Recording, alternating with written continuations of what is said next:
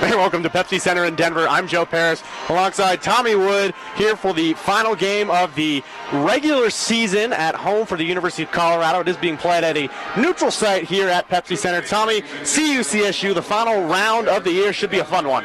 Joe, it doesn't get any better than this, and it's awesome that they added a fifth game to the series, so neither team had to give up a home game, and this is just awesome. On Thursday night, these two teams played up in Fort Collins. A fun victory for Colorado, but very meaningful as well, as Colorado moved up 2 spots to number 16 in the country, right there in the pack to get into the national championship tournament. Yeah, Joe, that all but guarantees them a spot in nationals. It also severely hurt CSU's chances, and it ruined their senior night. So couldn't have gone any better for Colorado. Well, it could have. They didn't play their best game, but they came out with a victory. But they're going to have to get a lot better game out of their defense tonight. Tonight, an enormous game for Colorado State University. If they can knock out the Buffs, it would really give them a case to get into the national championship picture. But Tommy, for Colorado tonight, they can basically solidify their championship spot. Yeah, and that would be so great for them to have settled as they're going on that road trip to Midland, Nebraska. Tonight's starting goaltender for the University of Colorado will be number 37, Alex Palumbo. Alex had a great game on Thursday night. Yeah, 32 saves. He was unbelievable. He did not get a lot of help from his defense. The Buffs relied on him too much, I think, but he's at his best when he gets tested a lot. And on the other end of the ice, Alex Steidler, familiar name for both Colorado and Colorado State fans. Yeah, Steidler has struggled in his career against Colorado. He has not had good games against them last season or this season, and he did not have a good game Thursday night. We are going to step aside real quickly for the national anthem, but when we come back, we will have the starting lineups for Colorado and Colorado State. You're tuned in to Colorado Buffs Hockey on live stream. Joe Paris and Tommy Wood with you from Pepsi Center in Denver. It's going to be a fun one, so don't go anywhere.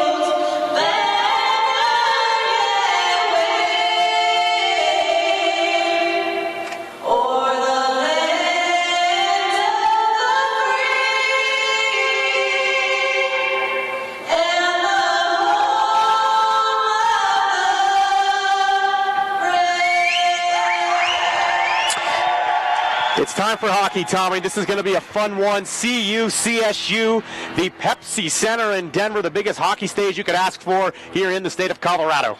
Yeah, Joe, it doesn't get any better than this, and it's never not entertaining when these two teams play.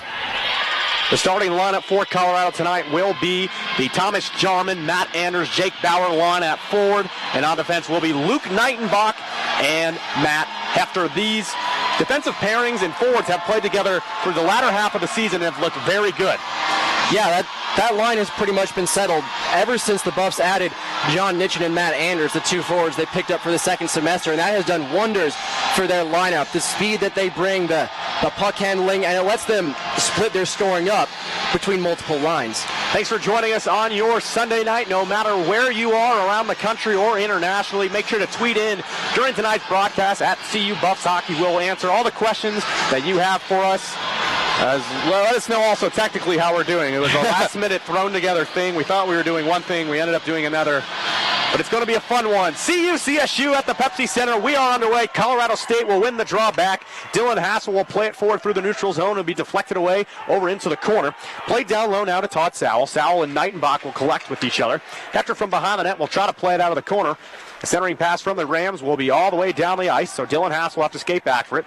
Steidler will poke it away for him. Steidler was honored among a lot of the other seniors on Thursday night. Tonight could be his last game in a Colorado State uniform. You never know who's going to get the nod on that final night of the season. Remember last year, Palumbo didn't play for Colorado. It was Matt Stafford, the backup goaltender, that finished the season. So Steidler tonight, a big game, has a chance to go out on top. So the Rams will play it back in their own zone. It'll be Will Neff, who's a leading scorer on this team. He'll give it away now to George Gruber. Gruber along the boards will throw it through some traffic. He'll deflect Neff in front. He'll go off into the corner. Gruber will try to come in from the point. He'll bang it off the board to Nick O'Donnell. O'Donnell will look out towards center ice. He's got Austin Anze there with him. He takes collision at the blue line and loses control. Just underway here in Denver. First period action, 18:53 remaining in the first period. We are scoreless. CU versus CSU. Gruber will send it in behind the boards. They're expecting a few thousand fans here tonight. Tommy, I'm not sure we got that quite yet. Not quite. This is totally a different atmosphere from where we're used to seeing these two teams playing. The can is cavernous, far from the compact, Epic Ice Arena or CU Rec Center. It's weird hearing it so quiet. Gruber gets it in front, passes it over to Nitchin. Nitchin couldn't quite get it on net. Dorr will send it in around the boards. RJ Salvato, who's battling some injuries, will go after it into the corner. He'll center one in front over to Nitchin. Nitchin will be pushed off by a man into the corner. He'll lose possession of it. It'll be the Rams that send it out to center ice. Nick Bruce, though, the defenseman, will skate back for Colorado, and he'll get there first. He's got the defensive partner there with him, John Dorr. He'll slide it across the ice. Dorr whiffs on it on the first chance. Coming in will be Hunter Clark. Clark got into it with a few of the Buffaloes on Thursday night. He's a familiar name. A lot of these guys played junior hockey growing up with him in the Boulder, Denver area. And a lot of animosity between these two teams. Obviously, the bench-clearing brawl in the first game, but last Thursday's game might have even been more physical than the one that had the fight. Schneeberger tries to send it in front. It'll be picked off by the defenseman. The Rams came out hitting hard on Thursday night. They left a mark on a few guys. RJ Salvato took quite a hit in the neutral zone. I was surprised he came back in the game after that one. Yeah, Salvato took some hits. Mick Bruce, John Dora, Luke Nightenbach. CSU's forecheck really abused Colorado's defensemen in that game. Really, none of Colorado's defenders had that great of a game. Plum with a save in front and it's poked away by Jarman just behind him. Jarman Golding the line there. Poked it out. What a play. Wow, that was Aswani, actually. Was that Oz? That was Oz. Yeah. It's hard to see from up here. That was Oz. And it was 20, not 28. Jarman, though, he had a great game on Thursday against CSU, scoring what ended up being the game-winning goal. Bradford will come in from the outside. Be poked away. Bauer will be taken down coming in through the slot. Not too happy about that one. I'm surprised that's not a trip. Rams will break it out to center ice, though. Early first period action. Joe Paris and Tommy Wood with you on Sunday night. A snowy Sunday night in Denver, Colorado. Bauer will try to poke it off the boards. Coyne's back there with him. Bauer will now pick it up. Lays it off now to Anders. Anders will send it back into the corner for Hefter. Hefter will finally jam it out of there. Up to Bauer waiting for it along the glass. Good forecheck here by the Rams, giving Colorado all sorts of trouble. Finally sent out of the zone. Will come to Anders. They got a 2-on-1. This is Jarman. Jarman with it. He'll put it in front to Anders, who can't quite get the wood on it. Steidler diving across. Almost was beat there behind his back. Well, Steidler was beat. He was badly out of position, but Jarman just couldn't get his stick on it. As we said earlier, Steidler does not have good games against Colorado. Jarman in the slot, fires, and a glove save there by the goaltender Alex Steidler, but Colorado stays with it. Poking it away there was Steidler, having to fight it off from Jarman, who took a great pass from Anders into the slot. And the Rams will clear it up the ice. Nightenbach will have it at his feet. He'll try to play it out, loses it. There'll be a one-on-one shot on net, goes over the netting. It came off the stick of Nick O'Donnell, a very powerful offensive player. Recorded a hat trick down in Oklahoma a few weeks ago. 15:30 remaining in our opening period. It'll be Matt Hefter, the defenseman, who will whisk it away over to Thomas Jarman. Jarman from center ice will send it in deep.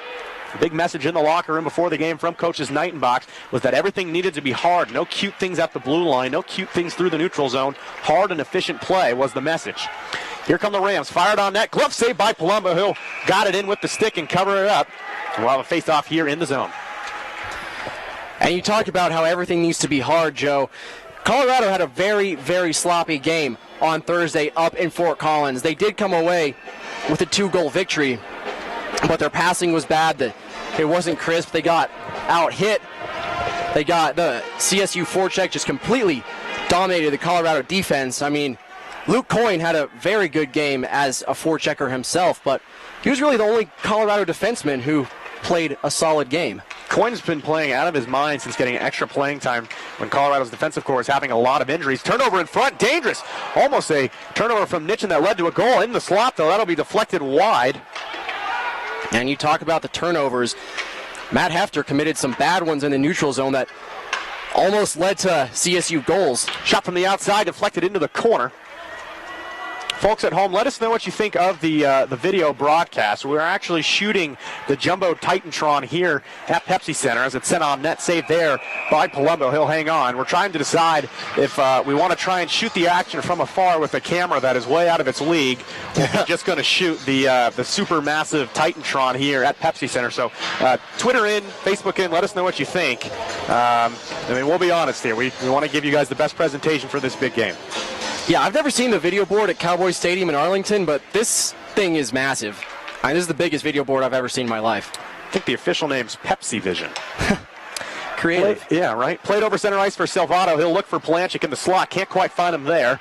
Coyne couldn't keep it in at the defensive point. Salvato, though, will skate back. He'll play it across the zone. Deflected away by a defenseman. And that was just a bad missed pass earlier by Colorado, and that's one thing you've seen from this team really all season. They're not a good passing team. It seems they pass to where the man is rather than where he's going to be. Salvato taking a sweet pass from Palanchik, setting that one just wide. Pinned up against the glass. From the outside corner will send one in. Luke Coyne shot deflected away into the corner. Finally comes against the boards to Schneeberger, and it'll be played out to the neutral zone for the Rams. Lofted in softly by Daniel Mastrosik.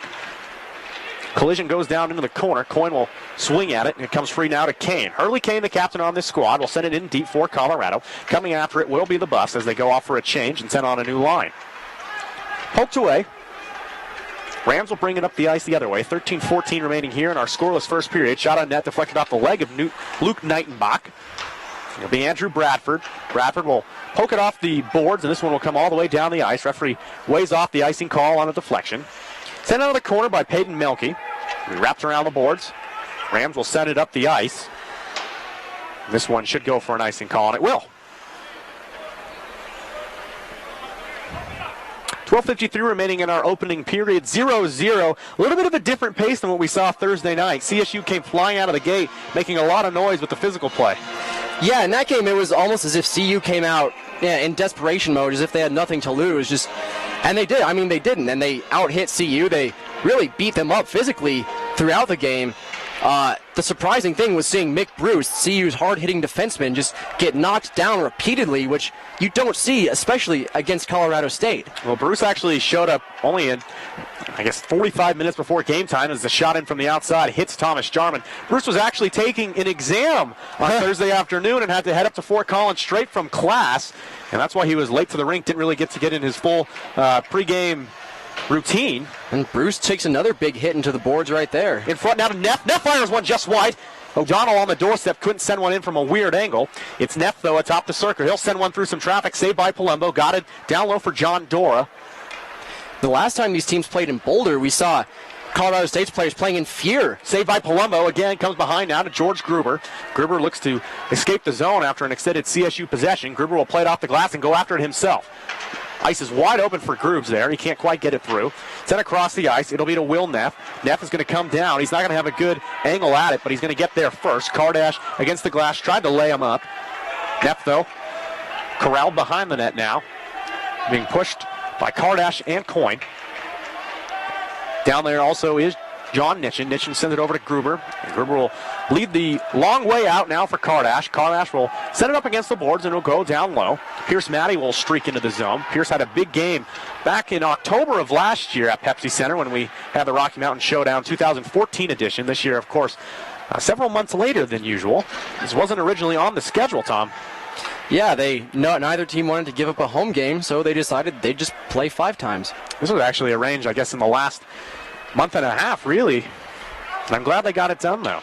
Just fortuitous timing with the Nuggets and the Nuggets being on the All-Star break, the Avs not in town. Yeah, they played last night. They had a good victory against the Dallas Stars. But tonight it's Buffs and Rams. It's R.J. Salvato sends one on net. It'll be a poke save there by Steidler. It'll go into the Pepsi Center netting and out of play. And we are going to get the Avalanche Ice Girls for tonight. What a treat. We're going to get the Avalanche Ice Girls, and we're going to get 2 Zambonis doing the ice. That is quite a treat. So the boys will skate off to the bench. 10:50 remaining here in our scoreless first period of play. Neither team really poking forward yet. Neither team really stepping over the other. It's been pretty back and forth. Colorado a little bit of an upper hand early, but it seems to have been pretty centered now. Yeah, you'd say it feels like they're feeling each other out, but they've already played 4 times this season, though. Colorado, aggressive early. Their defense has been relying too much on Alex Palumbo, as they did last night. They've been putting some pressure on Alex Steidler. You think that it's only going to be a matter of time before he breaks. Colorado's defense, though, as we said, they got pushed around on Thursday. We've seen Mick Bruce take a couple big hits already. We've seen Luke Nightenbach take a hit. I mean, the Rams played in fear of Mick Bruce. The last time these teams matched up in Boulder, you would see CSU players peel off and just dump it off, down the boards to avoid being hit by him. Now, they aren't playing with any fear at all. They're attacking Colorado's defensemen, and it's working for them.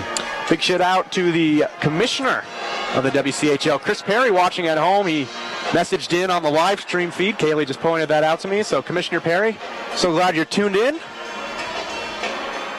Sorry we missed you last week. I missed Commissioner Perry. I heard you didn't get to say hi to him either. Yeah, I missed him too. It was a good set, though, against 2 games against ASU, 1 against Arizona. And thank you to all the fans that reached out to me this last week via Twitter and email, wishing me well in my health. It was very nice of all of you guys. I really appreciate it. Well, we're really glad to have you back, Joe. I'm glad to be back. I hadn't missed a CU hockey game since last February. I'd done all of them since last February.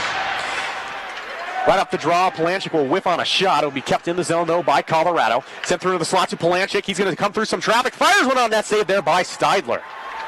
Palanchik's got a little bit extra tonight. You can tell the way he's moving in the offensive zone. He's a big-time player. Talked with his dad last weekend on Thursday night before the Arizona game, and he said Elliott lives for the big moments. And he had a big goal in that game. Deflection from Eric Kardash, which was pretty to say the least. It's Palanchik with it now. He's going to look ahead to Parker Dietz. They say luck is a skill, and Palanchik got an incredibly good bounce on that one off his stick that really changed that entire game against Arizona. Icing on the play from Colorado State. I actually went back and watched that play, and it wasn't a lucky bounce. Palanchik moved his stick to redirect that puck, and if only we had instant replay at the CSU Center, that was quite a play by Palanchik. We'll try and fit that in the budget for next year. Tommy, we've got some good news on the CU basketball forefront, I suppose. Yeah, the game I actually just came from that I was doing play-by-play for. They beat the Stanford Cardinals 63-58. It was an ugly game. Colorado shot 32% from the field. Wasn't pretty. It hasn't been pretty for CU basketball all season, but they got back to 500. Face-off will be in the Colorado offensive zone. It'll be Anders out there with Bauer and Jarman. It'll be John Dorr and Mick Bruce, the defensive pair. Bruce and Dorr have been playing together as of late, and they've played very well together. A good team, to say the least. Yeah, they're CU's 2 biggest defensemen. It's their most physical, hardest-hitting defensemen. Not a lot of offense out of these guys like you get from Matt Hefter or Luke Nightenbach.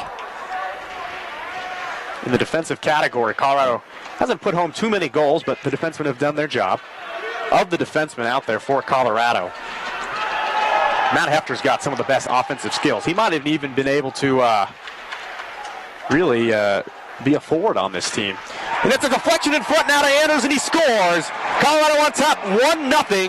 Matt Anders getting it from the outside will send it home, and the Buffs jump on top, 1-0. 9:41 remaining here up in the first period. And I don't know what Alex Steidler was doing there. He was just staring at John Dora, his shot was blocked. He didn't have a shot. He was not a threat. He just found Anders for the easy pass, and Steidler didn't even see Matt Anders lurking right next to the goal. Caught me talking about Matt Hefter's offensive skills, and Colorado puts home a goal. That usually happens when we start to talk about other things. And Colorado was offsides off the face-off. So Palanchik, of course, getting the assist. A big-time player. Palanchik sending in over to Anders. And it's 1-0 Colorado. Look at this. We got the luxury of instant replay tonight. Folks, you're getting a treat at home. I want you to appreciate this. It's been fun. Camera lady Ansley's out of a job, but she's still here hanging out. Poked out in the corner. Nitchin loses it. Coyne can't keep it in from the point, so the Rams will bring it up the ice. It's O'Donnell. O'Donnell will send it through some traffic. It'll come down to Matt Prudhomme. Prudhomme will be laid up in the corner there by Kardash. Loses it. Nitchin will send it over to Pierce Matty. Matty will look up the ice. It'll be deflected between the legs of John Nitchin. Sent against the front of the CSU bench. And now poked free to Matty. Matty sends one in, and it goes in!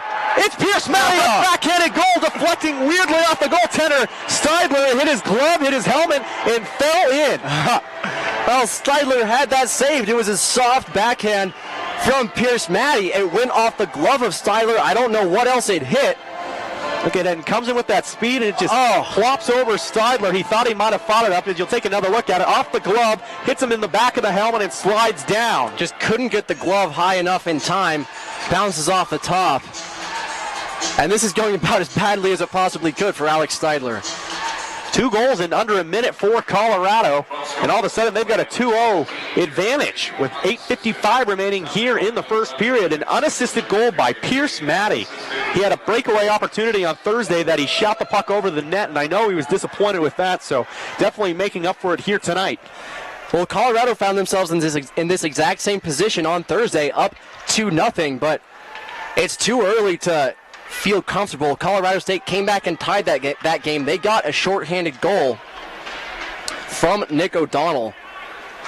Played out to Eric Killam. He'll send one on net, and it poked away. Referee's going to blow a whistle quickly, as Palumbo appeared to be on top of it. Some late news before the game. Jamison Wicks, a senior defender for the CSU Rams, actually hurt his knee on the last shift of the game on Thursday night.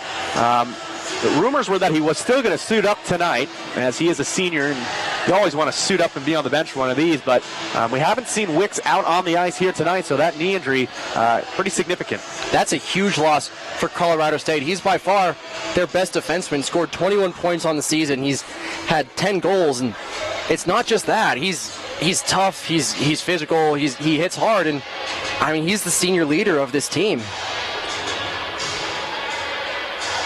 Another quick update from other Colorado sports. University of Colorado women's basketball trails University of Washington 41-28 at halftime up in Boulder right now. And I'm not sure if you can tell at home, folks, but the seats in the lower bowl are starting to fill in along the sidelines, we'll say. I can see some members of the Colorado Junior Eagles right now. They played this morning at Family Sports Center. The boys you saw pictured right before the band flashed on had a big matchup down in the Mile High Meltdown Tournament in Greenwood Village, Colorado. I got to catch the first period of that game before heading up here, and it's good to see some youth hockey alive and well here in town. Yeah, I mean, this youth hockey scene in Colorado is underrated and vastly expanding. I mean, from juniors on up, it is becoming a hockey state. We had a big weekend of junior hockey. The Colorado Junior Eagles were playing the Colorado Rough Riders on rivalry weekend.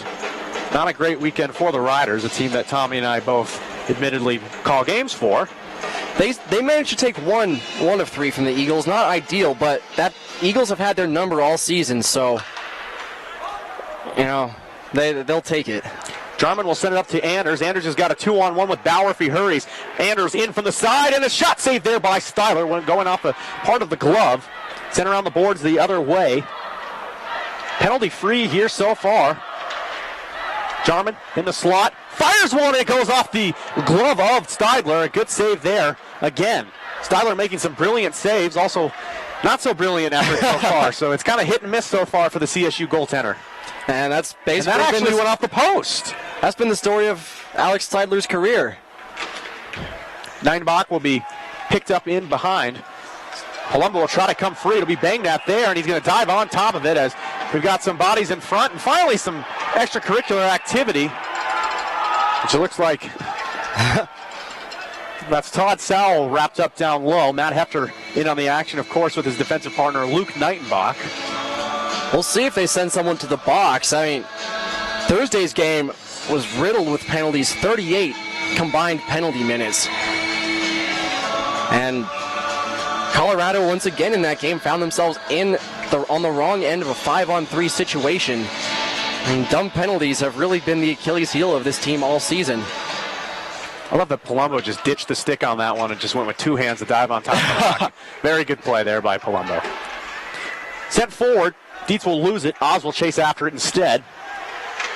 Sent out to the neutral zone, and will trickle all the way back down into the Colorado zone. This one shouldn't go for an icing as it was deflected. So John Dora, along his own end boards, will send it up to Dietz. Huge check behind the play. Got leveled by Zach Novak. Hassel sends one on net, pokes away. Correction, that was Todd Sowell. Stick save by Palumbo up into the glass. It'll be Matt Prudhomme will wrap it around the boards, held up behind the net to Bradford. Bradford will lay it off. This one will go the length of the ice and will be Colorado icing, so we'll send it all the way back into the defensive zone for the Buffs.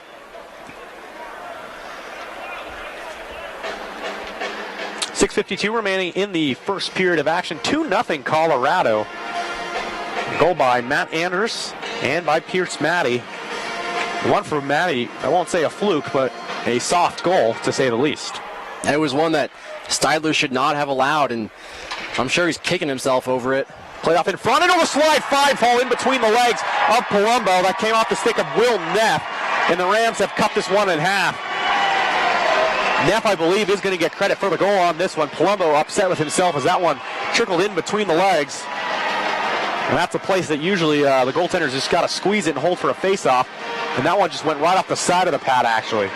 As you can see here up on Pepsi Vision, Neff backhands it. Oh, it hit the stick of Ryan Oswani. Yeah, so that's going to be a technical own goal for Colorado. And the credit will go to Will Neff.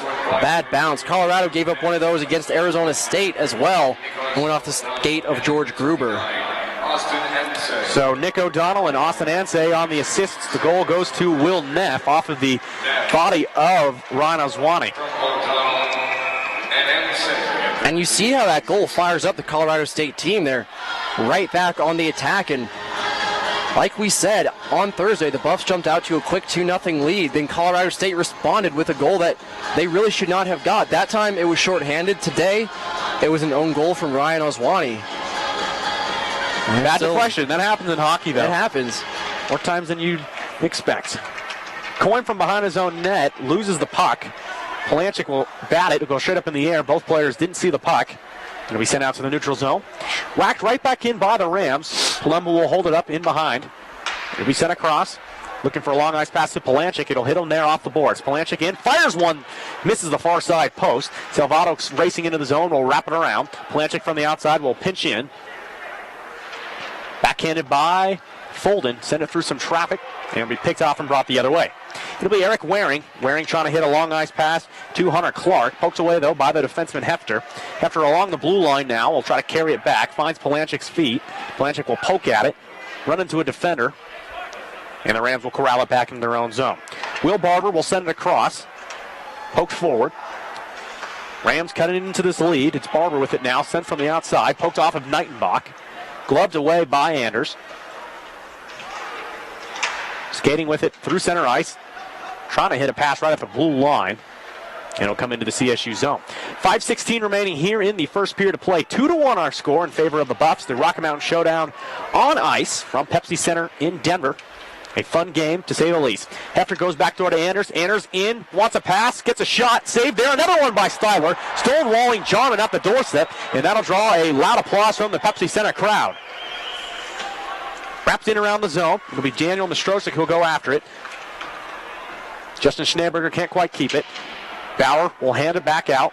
It'll be Anders. Anders looking to go coast to coast. He's got a 2-on-2 with Jarman. Sends it to Jarman. Jarman through the slot. Sends one on net. Saved by Styler. Rebound comes right out. Styler way out of his crease. Has to recover. Trying to jam it in is Anders. Anders through the slot again. Can't quite find a man. It was Kardash. Bruce coming in from the outside. Bruce has got it. He'll hit Bauer along the near side boards. Bauer to Anders. Anders looks, fires, shot, scores! Matt Anders, a deflection off the leg of Alex Steidler, his second of the night. And Colorado leads 3-1. Matt Anders, a blast from the outside. Couldn't put it home any better. Wow, Matt Anders doing it every way you can. Lurking behind the net and getting a soft goal off the feed from Palanchik earlier. At that time, a slap shot right from the blue line. That possession, Colorado had far better opportunities to score on that possession. They couldn't convert, and then Anders gets the tough slap shot to go. So Colorado leads 3-1 now, 4:16 remaining in our opening period. An offensive explosion. And they're actually going to give it to Jarman. They're going to say that Jarman got a deflection on that one. So Jarman will get the touch. A 2-on-1 the other way. Nitchin in, drops it, backhand, poked away at the last second from Bruce. So it'll be Jarman from Anders and Knightenbach. So I guess there's a deflection there at the end of the play that we couldn't see up here at the booth. We're literally at the top of Pepsi Center. We're as far away from the ice as possible. We're in the last row of the last section in the press box. A view that we are not used to and we are still adjusting to, and so is our camera. Yeah, used to being ice side, the game almost seems slower when you're watching it from up high. Yeah, you can watch the game unfold a little bit differently from up here. That's why the video coaches usually sit this high. Pierce Matty through the neutral zone. Will be poked into the zone by Scott Fulden. 3:18 remaining in the opening period. Goals from Anders, Matty, and Jarman. Jarman, I guess, getting the tip of his stick on the blast from Anders on the outside. But either way, a Colorado goal. Yeah, it counts nonetheless. And Jarman continues his strong play against the Rams, scoring the game winner on Thursday. Absolutely manhandling the Rams on Thursday. He was a force to be reckoned with. He's all over the place. 2-goal lead for Colorado. CSU not going away, though. They know how important this game is. If they want any chance at sneaking into that national championship tournament, they've got to win here tonight. And Colorado, if they can pick up the in-conference win against a lower-ranked Colorado State, really help their cases also. Well, the way the ACHA rankings work, they don't really reward you for beating ranked teams, even if that team is ranked lower than you are. They do penalize you heavily, though, so it's just as important for Colorado as it is for the Rams. Maybe a bigger game for Colorado State, to say the least. Wrapped up in the defensive zone for the Buffs. Sent across from Clark. Clark couldn't quite hit O'Donnell in the slot. Hassel will come in from the point. He'll be met there by Luke Coyne. Play off of a few bodies, and will come now to Eric Kardash. Kardash will change directions. He's got moves for a big defenseman. Yeah, you showed him off. He put a nice spin in the neutral zone on CSU on Thursday. 2-on-1 for Colorado. It will be Anders. Anders will send it across to Bauer. Fires one, he scores! Jake Bauer! Top shelf down from Anders. And the Buffs on top, 4-1. Unbelievable. That's about as perfectly as you can execute a 2-on-1. Matt Anders having the game of his life, scoring 3 points in a period. Bauer going post down on Steidler. Beating the goaltender on the short side, just couldn't get that glove up in time. I mean, if you're Seidler, you have to have your glove up as soon as you see that pass going across your face to Bauer. I mean, I couldn't tell who the CSU defenseman was. I believe it was Peyton Melke. I mean, there was nothing he could do. Didn't even try to get his stick out in the passing lane. Semyon Varlamov of the NHL for the Colorado Avalanche, who also plays here, had a tough time before Francois Allaire, the new Colorado Avalanche goaltending coach of last year, started working with him. Varley seemed to drop his glove too much, and we saw that from Steidler right there. If you don't have the glove up, it's not going to be good, and we're going to have a delayed penalty, our first one of the night. Palumbo will go to the bench. Yep. And we are going to have a CU power play here with 1:33 remaining in the first. Believe that, yeah. Yeah, look at that. Behind the play was Matt Prudhomme, who really gave a shot there to George Gruber. But, Joe, to go back to what you're talking about with Semyon Varlamov, I mean, it's goaltending 101 to keep your glove high. It doesn't do you any good if you have it drop down by your side, and Steidler learned that the hard way. So Prudhomme will go off 2 minutes for boarding. So Colorado on the power play here, up 4-1. They've got a chance to really send this one into the books early. Something you don't really want to see in a Rocky Mountain Showdown, but trust me, if you're head coach Jeff Knightenbach, you're on the bench right now with a grin. From the outside, Knightenbach will send around net. Gruber sends it through some traffic, deflected off of a body, couldn't find its way home. He'll be poked out to center ice. 1:04 remaining in the first period, 1:30 remaining on the 2-minute minor to Matt Prudhomme. Sent in around the boards. Palumbo will hold it up there along the Pepsi logo and leave it for Matt Hefter. Hefter will then leave it for Pierce Matty. Matty will skate up the ice, looking through the neutral zone to Jake Bauer. Bauer's got Jarman with him. Sent it to Jarman. Jarman fires one, and a great save there by Steidler. I think he got a piece of it. I also think it might have got some wood and iron too. Yeah. Oh my. Short side, Jarman feels like he was robbed. 35 seconds remaining here on the first period of action. A minute remaining on the power play for Colorado. Messy breakout. So they'll do it again. Here's John Dora. Dora will skate with it himself. Sends it into the blue line. Picked off. And the CSU fans will sarcastically cheer a positive defensive play. 15 seconds remaining on the first period. Bringing up the ice will be Mick Bruce. Bruce will send it up the glass and go down after it with Jarman. 8 seconds remaining here. Hassel's going to try and wrap it up in the corner. He does a good job with his feet. And that'll do it here for the first period of play. Colorado will start the second period with a 27 seconds remaining here on the power play. Your score after one period of play, Colorado Buffaloes 4, CSU Rams 1. 4 goals by 4 different goal scorers. Starting off the night was Matt Anders.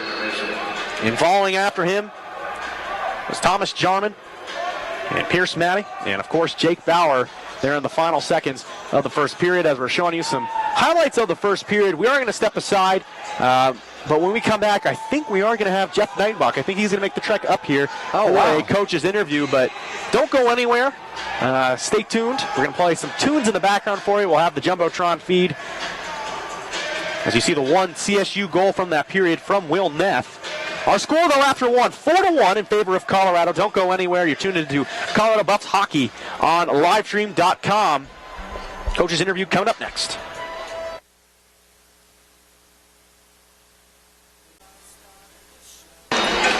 Okay. Still chewing my cookie, Andy. How you doing? Good. How are you doing? You got the pocket sauce going? I know. You got to have that. It's a big game. I'm Joe Paris. I'm now joined by assistant coach Andy Nightenbach from the University of Colorado. 4-1 after one. A little bit of a different start than Thursday night, but a good start to say the least. Yeah, I mean, I'd much rather be in our position than theirs. Guys came out and they were ready to go. Maybe a little nervous their first shift there. We ran through a couple slow ones, but guys weathered the storm and started putting some away. Ice seems to be wide open tonight. A guy like Elliot Palanchik looks like he could have a huge game. He's flying out there through the neutral zone. He is. He's flying. He's doing his job in our end. You know, that's all you can ask. A guy like that, he's going to have a successful night.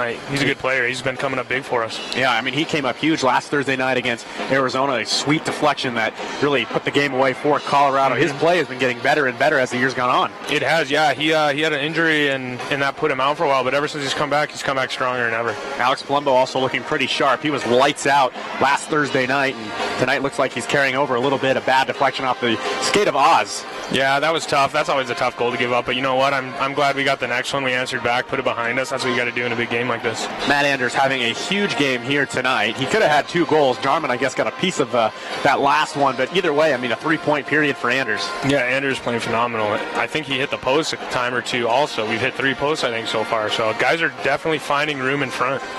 Fun game, though, here at Pepsi Center. During your playing days, did you ever get a chance to play on this ice? I did. I played here a couple times. I think twice. It's exciting. It is. It's fun. It's fun for the boys. You know, you come in, it's a professional atmosphere. The people at Pepsi Center and Kroenke Sports have done a great job. Really helped us out. So it's nice. You come in here, they take care of what they need to take care of, and, you know, we show up and play.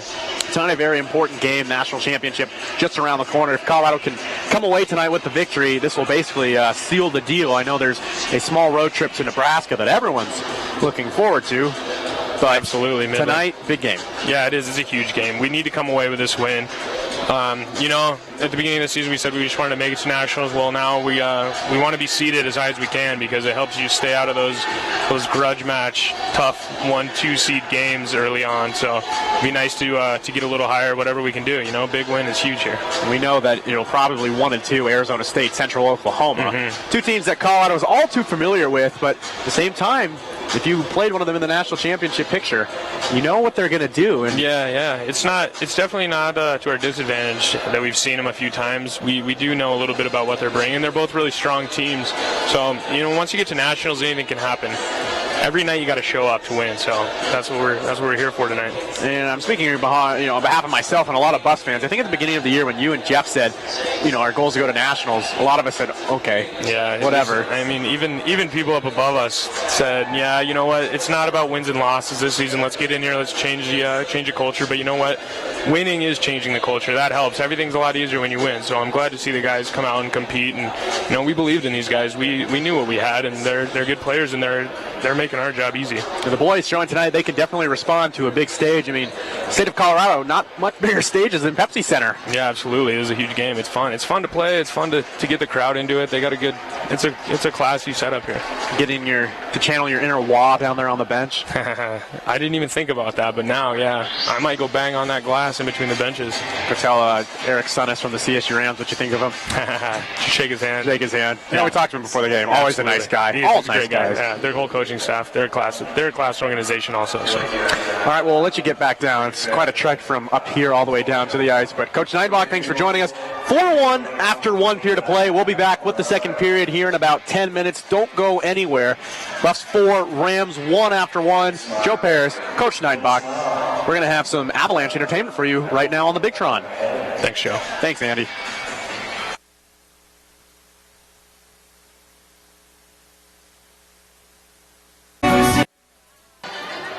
Welcome back to Pepsi Center in Denver. I'm Joe Paris. Now joined by Tommy Wood, fresh from the bathroom. Tommy, how are the facilities at Pepsi Center? They are top notch, Joe. Yeah, I'm pretty happy with it too. Hey, nice little, nice facilities here. Hey, they take care of us at the Pepsi Center. It's not like it's any slouch. The rec is any slouch either. No, but I was comparing this to our experience for lacrosse last year when we went to Mile High Stadium. This is cooler. Much easier, much less hassle. Or Much hassle. Much less hassle. Much less hassle.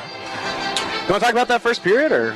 Yeah, what a first period that was for the Buffs. I mean, we've seen them score more goals in a period. We've seen them have offensive periods like that, but not against a WCHL team. And that's what's most impressive about it. And the way that they just completely shelled Alex Steidler. I mean, he didn't get much help from his defense, but he gave up really 2 soft goals that were completely on him. Yeah, it's hard to stay in the game when you have 2 soft goals really quickly. And we saw what happened to Colorado when they went down to Central Oklahoma, and Palumbo had a soft one. I think that was a Friday night matchup, and it was a Saturday night matchup, excuse me. Colin Champagne started Friday night, really sucked the energy out of the building. Yeah, and the Buffaloes gave up a soft goal of their own, the one that went off the skate of Ryan Oswani. But the Buffs responded, and the big difference from tonight compared to Thursday night is that Colorado has not let the Rams' aggressive forecheck get the better of them. No, they've played really controlled forecheck, and guys like George Gruber and Thomas Jarman are flying down the ice on the forecheck. So let's get back to it, though. The Buffaloes are back out on the ice. Rams will join them here momentarily. Having a Here come the cry Rams. session in the locker room, or All right. That'll draw some laughter from the CU press box. I did see some people, what did they call it, the Collegian at CSU? Is that the right? Yeah, I saw some people from the Collegian. I tried to wave at them. They didn't see me. So, guess not. Okay, let's set the stage. Second period of action. Colorado will start the period with 27 seconds of power play time. They lead 4-1 after one period of play. Goal scorers in that first period from the Colorado State Rams. The lone goal was Will Neff. And the 4 goal scorers for Colorado was Matt Anders, Jake Bauer, Pierce Matty, and Thomas Jarman. Jarman could have had 3 or 4 in that period. Yeah, Jarman had a fantastic game. He had a great game on Thursday night as well. But Colorado's offense is just clicking on a level that it really hasn't in any of conference play this season. So CSU Rams fans are trying to get on their feet and get their boys back into the game as the coaching staff for the Rams is off-screen making it to their bench. Head coach Eric Sunnis is having a conversation with one of the officials. We'll see how Alex Steidler handles this period. Man, there's a very enthusiastic fan from the Colorado Junior Eagles. Yeah. Anyway, we'll see how Alex Steidler handles this period, but I wonder how short his leash is after giving up 4 goals, including 2 very bad ones in that first. He's in there to start the second period. Both Justin Vlanderen and Michael Porter have experienced this season.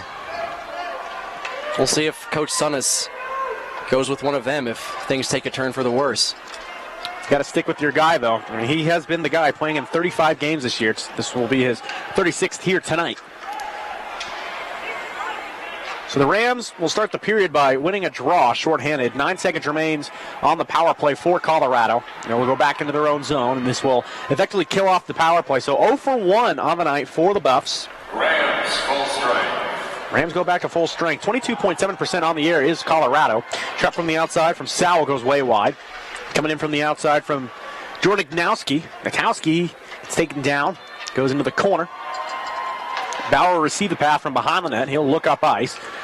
Streaking forward is going to be Jarman. Those breakaway passes for Colorado have been doing the job. They've been getting behind the defenseman. And we've seen Colorado with a few odd man rushes. Two of them turning into goals. I mean, the scoring chance battle right now, Colorado up big time. Out to the point, it's Bruce. Bruce goes D-to-D with John Dora. Dora from the outside fires one into the chest of Seidler, who will hang on for the save. And Thomas Jarman took a little shot at Eric Killam after the whistle. We didn't see too much of that in the first period. There was a lot of it on Thursday.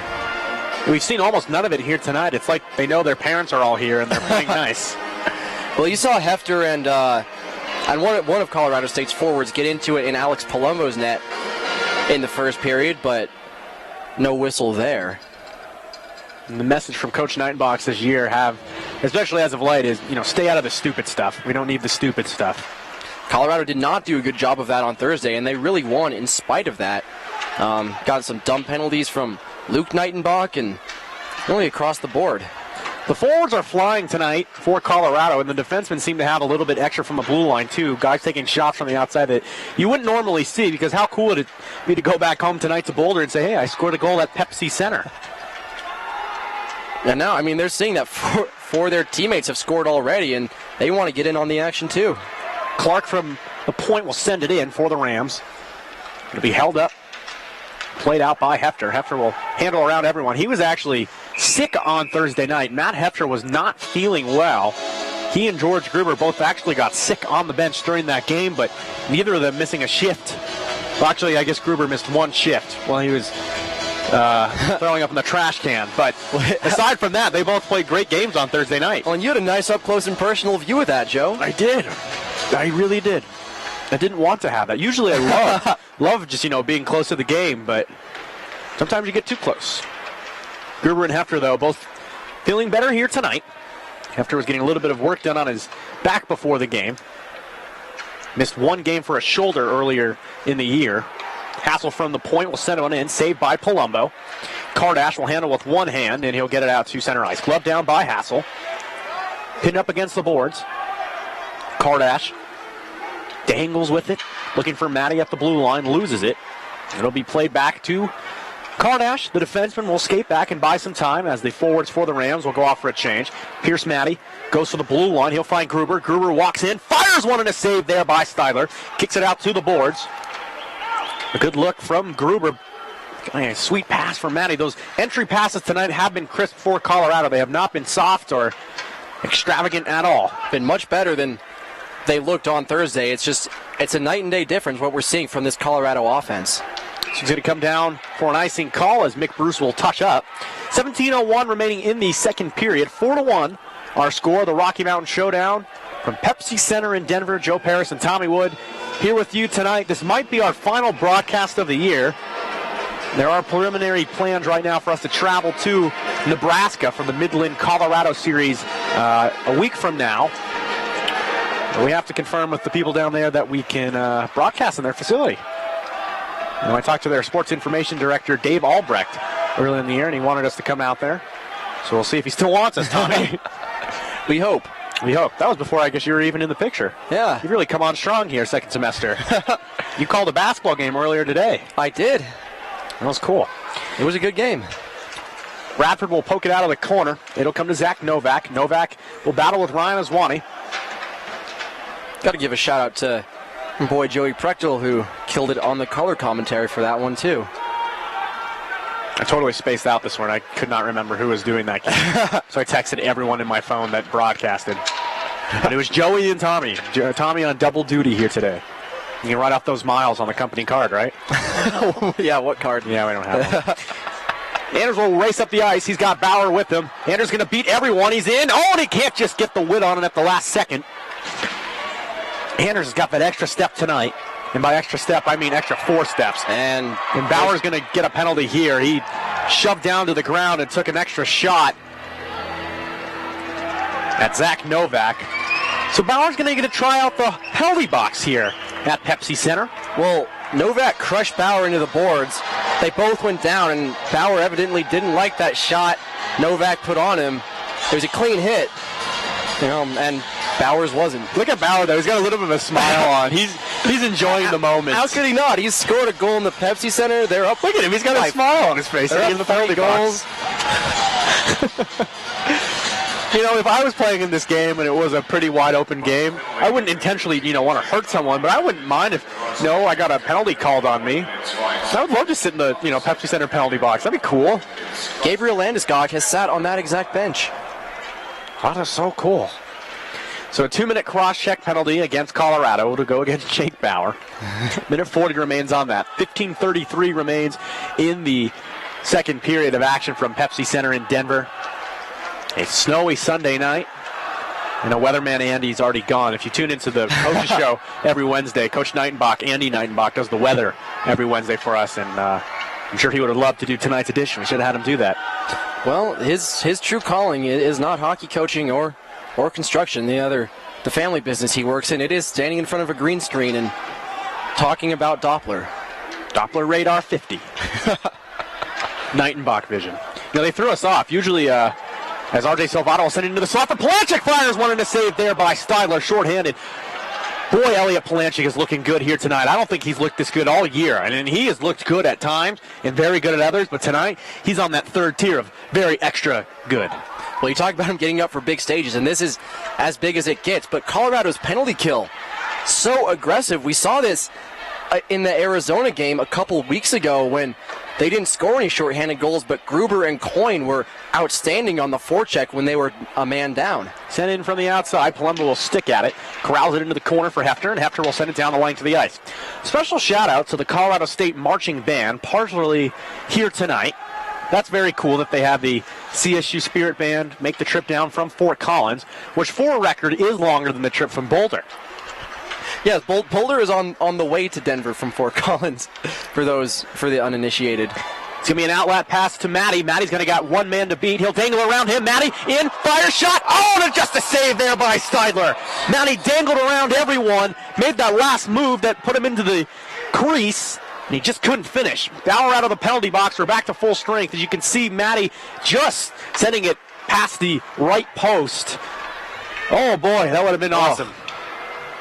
Last year, Pierce, who was a freshman, had a coming-out game here at Pepsi Center. We knew he was going to be good in the early goings. Ended up being on that first line. As the Rams will bring it into the slot. It'll be poked away by Gruber. But last year, we saw that the kid, Pierce Matty, could fly. And he made it count here. It'll be Jake Bauer, who'll be shouldered off at the blue line. It's quite a shot from Luke Fiegel and be put on his butt. He's going to hang on to the stick of Fiegel. Fiegel will drag him along. Gruber will try to center it in front. No one home. A good pass, though, from the out. Bauer to Coyne. Bauer pestering the Rams a little bit with his shooting and with his off-the-puck actions. I like it. Nick O'Donnell will chase after it into the corner. He'll be met there by Luke Coyne. Coyne will poke it away to Kardash. Kardash will go over to Hurley Kane.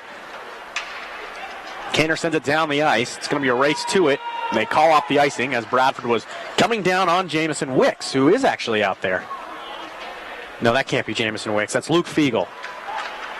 Wicks, who I mentioned in the first period, had an injury in the third period, and the shot on net goes high above the glass. I know he wanted to suit up and try and take at least one shift here tonight. That didn't seem to be the case. Shot from the circle is blocked by the defenseman. It'll be corralled in, sent wide again. Comes against the glass for Kardash. Kardash and O'Donnell will be met there. Dora, the third man in, will poke it. Backhanded away by Jordan Natowski. Comes along the end line. Now the Rams trying to finally get some pressure. Shot on net from Killam is deflected wide. 11:55 remaining here in the second period as number 3, John Dora, is going to get called for a penalty, taking down Will Neff. And that's one of the stupid ones that the Nightenbach say they wanted to avoid. John Dora, he's a physical defenseman. He's a good defenseman, but that has been a problem for him all season. That's now going to be 72 penalty minutes for Dora this year. He is leading the team in that category. He is.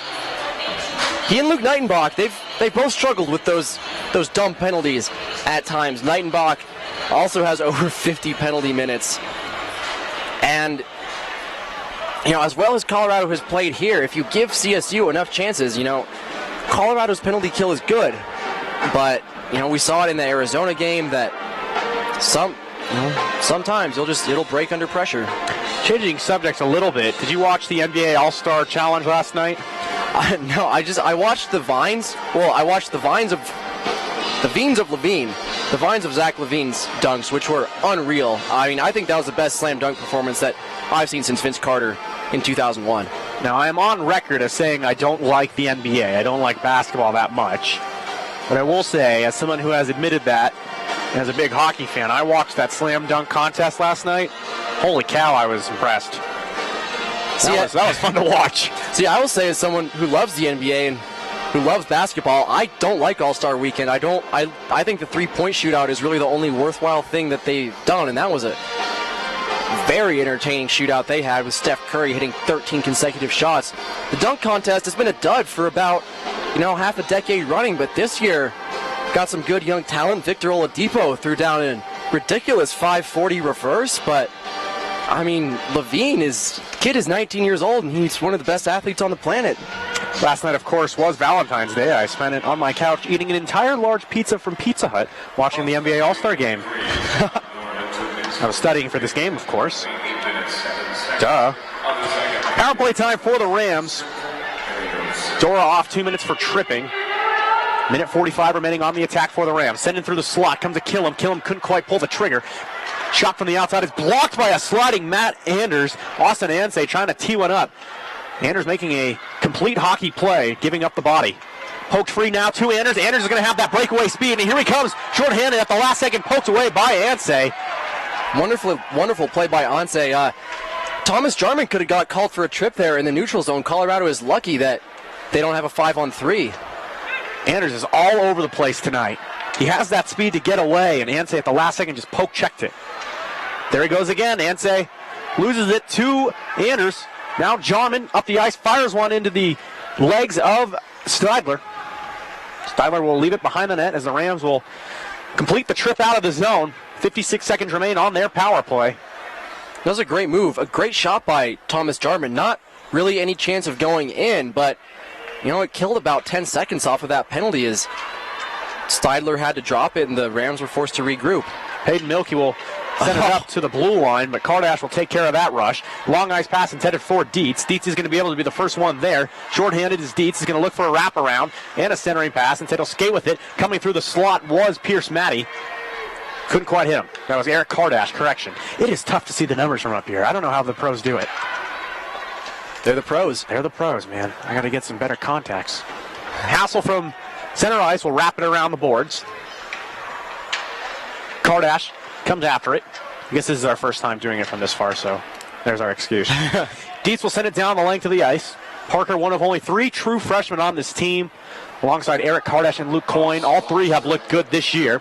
Door out of the box, back to full strength. CSU 0 for 1 on the night. It's Kardash with it now.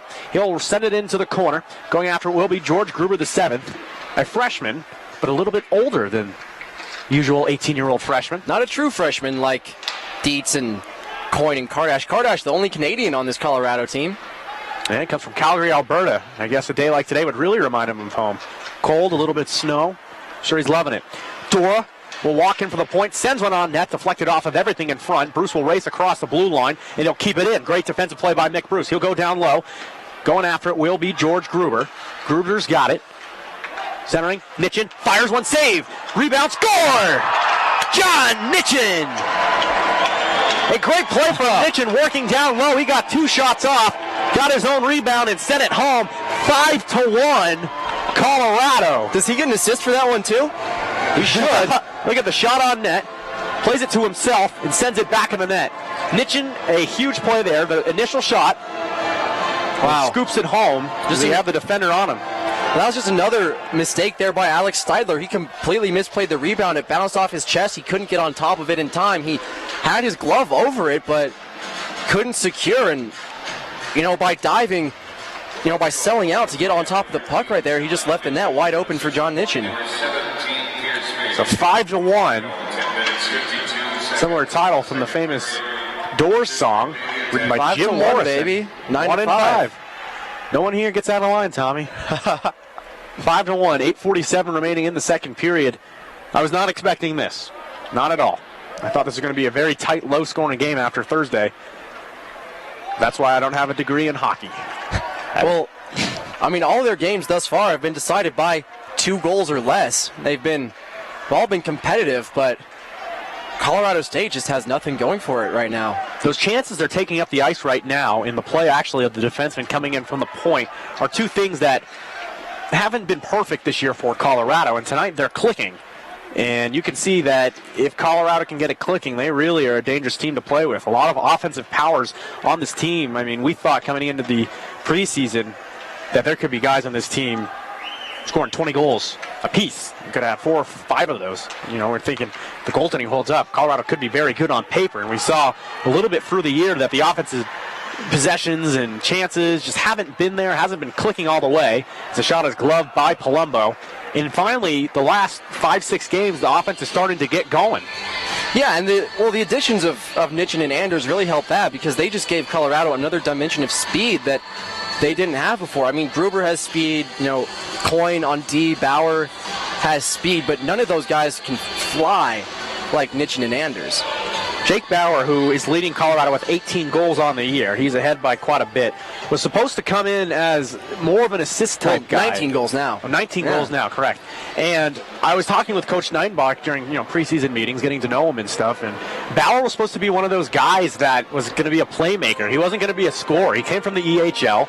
He was playing out east where he's having decent numbers, having really good play out there. Elliot Palanchik, of note, was also playing in the EHL alongside, I think George Gruber was playing there too.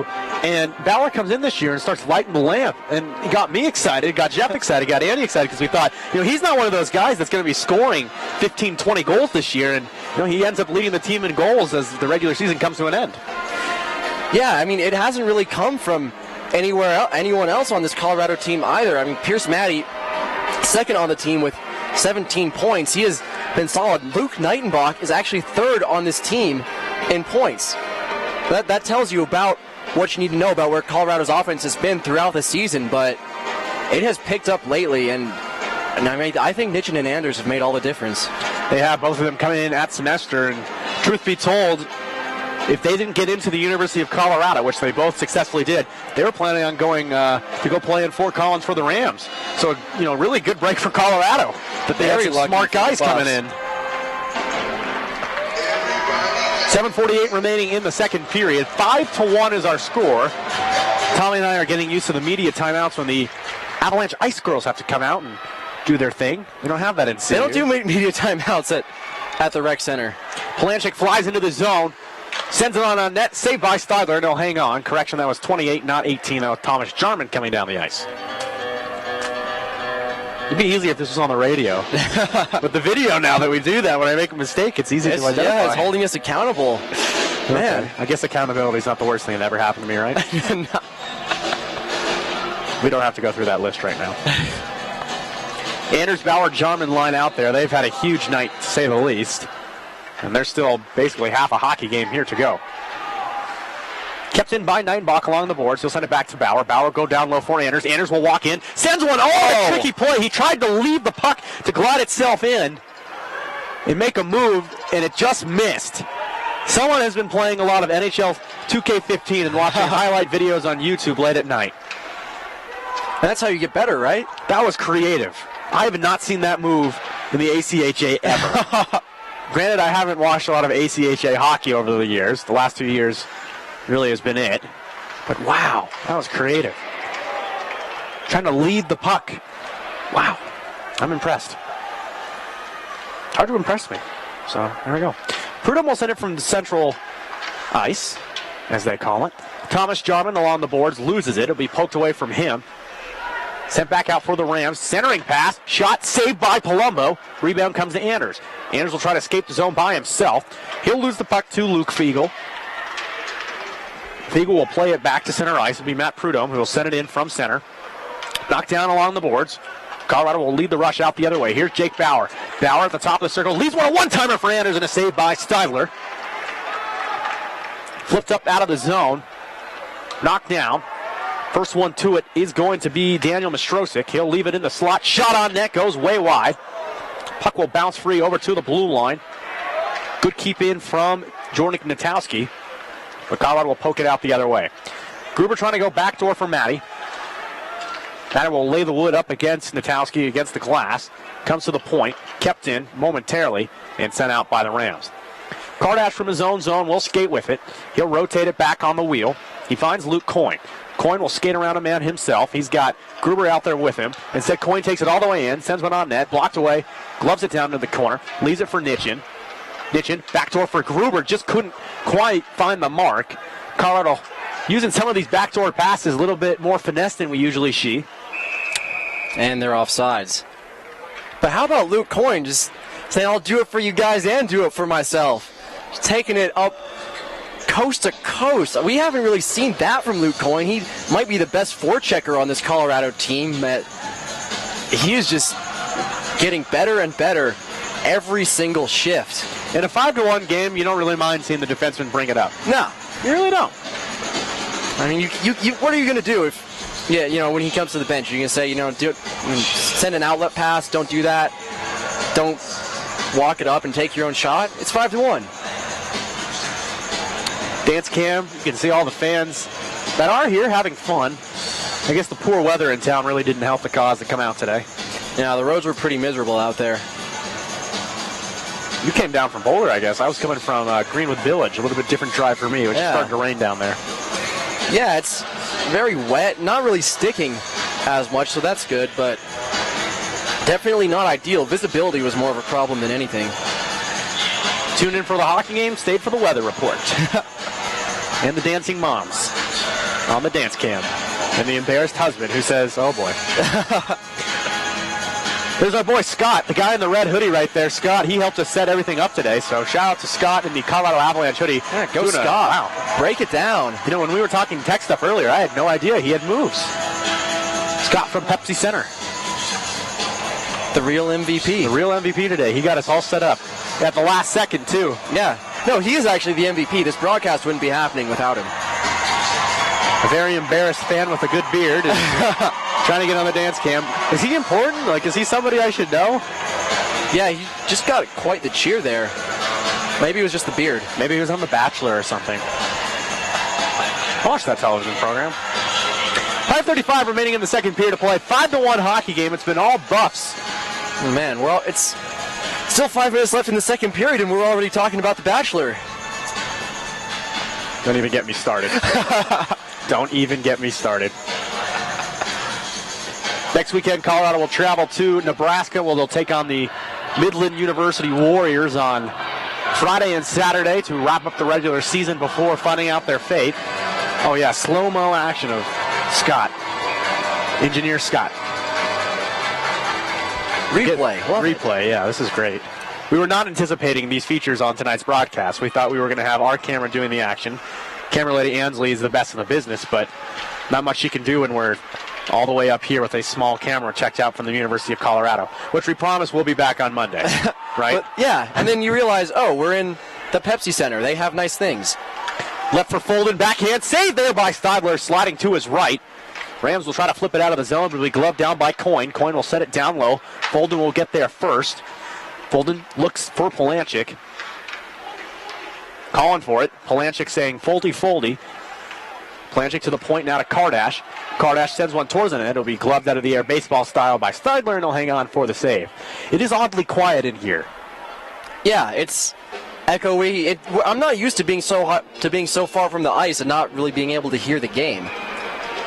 I think last time I was in this building was Colorado versus Minnesota, a game that the Avalanche ultimately lost in ugly fashion. But it was so loud here. Couldn't even have your own thoughts. And I thought to myself, how do the broadcasters do it? Last time I was here, I was seeing Bruce Springsteen. How was Bruce? Best concert I've ever been to. Not good. 4 hours. We were supposed to come here a few weeks ago for Monday Night Raw, professional wrestling, but that didn't happen. Shame. Yeah. Played through the neutral zone. It'll be poked free now to Bradford. Bradford will send it up and out of play. So one fan in a Colorado hockey jersey will get a new souvenir. I actually have been to a concert here at Pepsi Center. I saw the Red Hot Chili Peppers. Oh, how was that? Anthony Kiedis came out on stage bleeding from the head. To say the least, it was a weird night. Not a great performance. It was not a good performance. Do you know why he gives me a look from off? Do you know why he was bleeding from the head? Because he fell down? I don't know. That would be a little unnerving. I mean, it doesn't seem too out of character for Anthony Kiedis, but I'm just trying to enjoy some music. See a man bleeding out the dome. Guidotti fires, saved by Palumbo. He doesn't know where the puck is. It went firing off to the right. Chris Guidotti had a hot game on Thursday night. He's been quiet here tonight, though. Battling along the boards, it's sent down low. Coming after it will be Mick Bruce. Bruce will be met along the glass by Zach Novak. Novak loses that one. Palumbo loses his helmet. Yeah, and Mick Bruce just demolished Zach Novak. Novak actually he put the hit on Bruce, but I think he got a lot more than he anticipated and ended up face down on the ice. How did Alex Palumbo lose his helmet? Just kind of came off. It's not supposed to do that. I went to high school with that girl. This is why it's a good thing we don't have a Jumbotron here if we don't have a Jumbotron in Boulder, because half the night would be me saying, oh, I know that person. Like, yeah, Joe, you go to school with them. Sorry, folks. It's been a long week, because I'm sure you've all heard I had a head injury last week. And Tommy, I've been a little slow, right? Yeah. Not permanently, we hope. Hopefully. Can still call a hockey game, right? Comes out to the point to Hassel. Hassel sends it down low. It'll come into the corner now to Parker Dietz. Dietz will leave it off for Aswani. Aswani takes the body, loses the puck. But battling through everyone was Mick Bruce. Puck goes straight up into the air. Rams will corral it into the neutral zone. Hassel will backhand it back down. Dora off the glass. It's going to be a breakaway now for Dietz. Dietz at the top of the circle. Fires one shot. He scores! Parker Dietz! That'll be his third goal on the year. Dietz walks in at 6-1 Colorado. I know Parker's dad, Ron, is watching from home in California. And Ron, I'll tell you, that was a bottle knocker. Post down. What a play. Here's the replay. Bang! Unbelievable shot by Parker Dietz. He saw that William Neff and Peyton Melke were blocking the pass to Andrew Bradford, so he just took it himself. And again, Steidler not getting his glove up to stop that shot over his left shoulder. Getting a pat on the back is Dietz from Jeff Nightenbach. What a play. Dietz with the open ice, took it to the top of the circle, and I had a feeling he was gone, sending it post down. You really don't draw up any better. The defenseman Bruce is going to get the assist, and Aswani, the forward, will get the other assist. 6-1 Colorado. This is a much different game than we saw last year, folks. Last year was an overtime winner for Colorado State. It was an early goings of the season. That one stung. You may remember because it was the game stung. We also found out we weren't broadcasting halfway through the third period. We found out our stream wasn't going, and it hadn't been going. So we did the second half of the third period in overtime. Styler will come out of the net to jump on top of that one for the whistle. 2:56 remaining here in the second period. Anders getting into it with Luke Fiegel, the captain for the Rams. But shots on net through, I guess, basically 2 periods of play. 30 for Colorado, 25 for Colorado State. Actually, those numbers have been up there since before the game started. Have they? Yeah, I think they might be left over from last night. Good eye. Kardash from the outside will fire one high off the glass. Will wrap around. Regardless, though, Colorado has been dominating with time on attack, with shots on goal. This might be the best game they've played as a unit this season. Offensively, yeah, no doubt. Defensively as well. Hunter Clark will lay out Matty. He'll get the last laugh, though, as they'll come into the zone and fire a shot from Nishin. Up the ice come the Rams. Hunter Clark with it. Clark will skate around Coyne. He's going to go all the way to the net. Clark is pushed off at the last second. Coyne slides into the net and knocks it off its mooring, so that'll draw a whistle and a face-off on the left hash in the Colorado defensive zone. God, Luke Coyne, like I said, every shift he gets better. He just took a wonderful angle there to cut off the attack from whoever that Ram was. Knock him off the puck. Hunter Clark. He got in front of Hunter Clark. He didn't, Markham just stayed behind him. He went on a line. He anticipated where Clark was going, and got to his spot first and knocked him off the puck. Coin comes from Hinsdale, Illinois, the lone Illinoisman on this Colorado roster. Is that what you call people from Illinois? Lone Illini? What do you want to call him? Yeah, it beats me. He's not a Hoosier, because Indiana's Hoosiers. We're going to get a penalty on the play. Referee's got his hand up. I believe we're going to get a penalty. Oh, and Folden and Sowell. Sowell. Yeah. Referee blew his whistle. RJ Salvato was down in the corner, just getting up a moment ago. Folden getting a talking to from the referee. We're not close enough to the ice where I can tell who the referees are. I usually like to give them a shout out. Can't tell here tonight. Well, Folden rode Sowell into the boards after the whistle and pinned him there for quite some time. Zach Novak's going to get 2 minutes in the box, so Colorado going to go on their second power play of the night. They are 0 for 1, 22.7% on the year. Good. Not great, but not bad. It was good, but not great on Thursday. They scored on the power play. They also gave up a shorthanded goal. Really, the only thing they're missing tonight is a power play goal. It's also nice playing in an NHL arena because these are high boards. And Colorado's played in some rinks as O'Donnell's going to race down the ice. He's got Dorr to beat. Dorr beats him there. Colorado has played in some rinks this year that have had very short glass.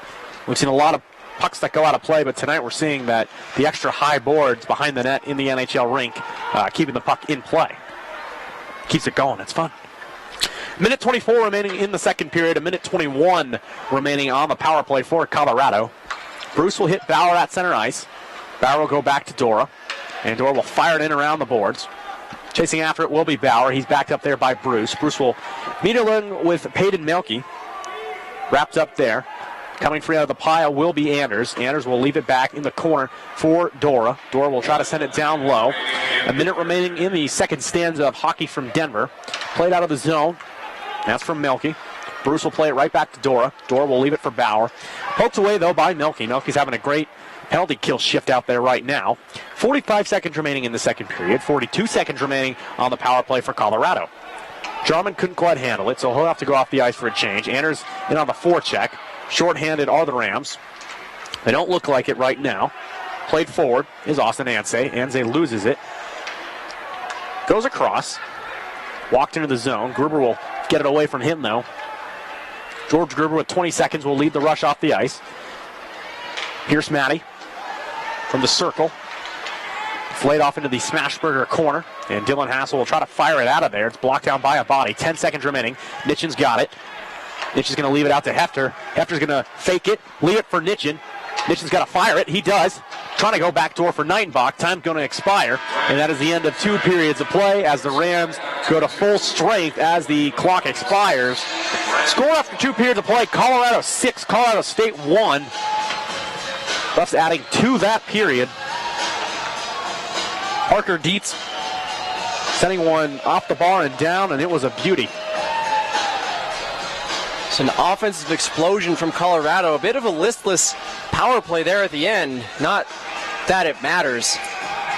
Colorado, though, they know better than anyone that no deficit is too large. And they came back from that 3-0, from being 3-0 down to Arizona 2 weeks ago. But this right here seems like another animal. Nitchin getting the other goal in that period for Colorado. Palumbo didn't face too many shots, but stopped the ones he was faced with. When we talk about Alex Palumbo, he really gets better the more shots he faces. It keeps him more mentally engaged in the game, keeps him on top of his game. But tonight, he's getting protected by his defense in ways that he wasn't on Thursday. We're going to step aside. We'll be back here in a few minutes. We're going to have Coach Jeff Nightenbach joining us. Your score after 2 periods of play, Colorado 6, Colorado State 1. We're from the Pepsi Center in Denver. Joe Paris alongside Tommy Wood. Don't go anywhere. Coach's interview coming up right after this. I want to apologize for viewers at home that are offended by this terrifying-looking creature that has come out to the Pepsi Center. He is neither affiliated with Colorado or Colorado State, and he has now been taken off the ice. Okay, good. I'm glad we got him off the ice. Back to the music. I just had to step in and say that.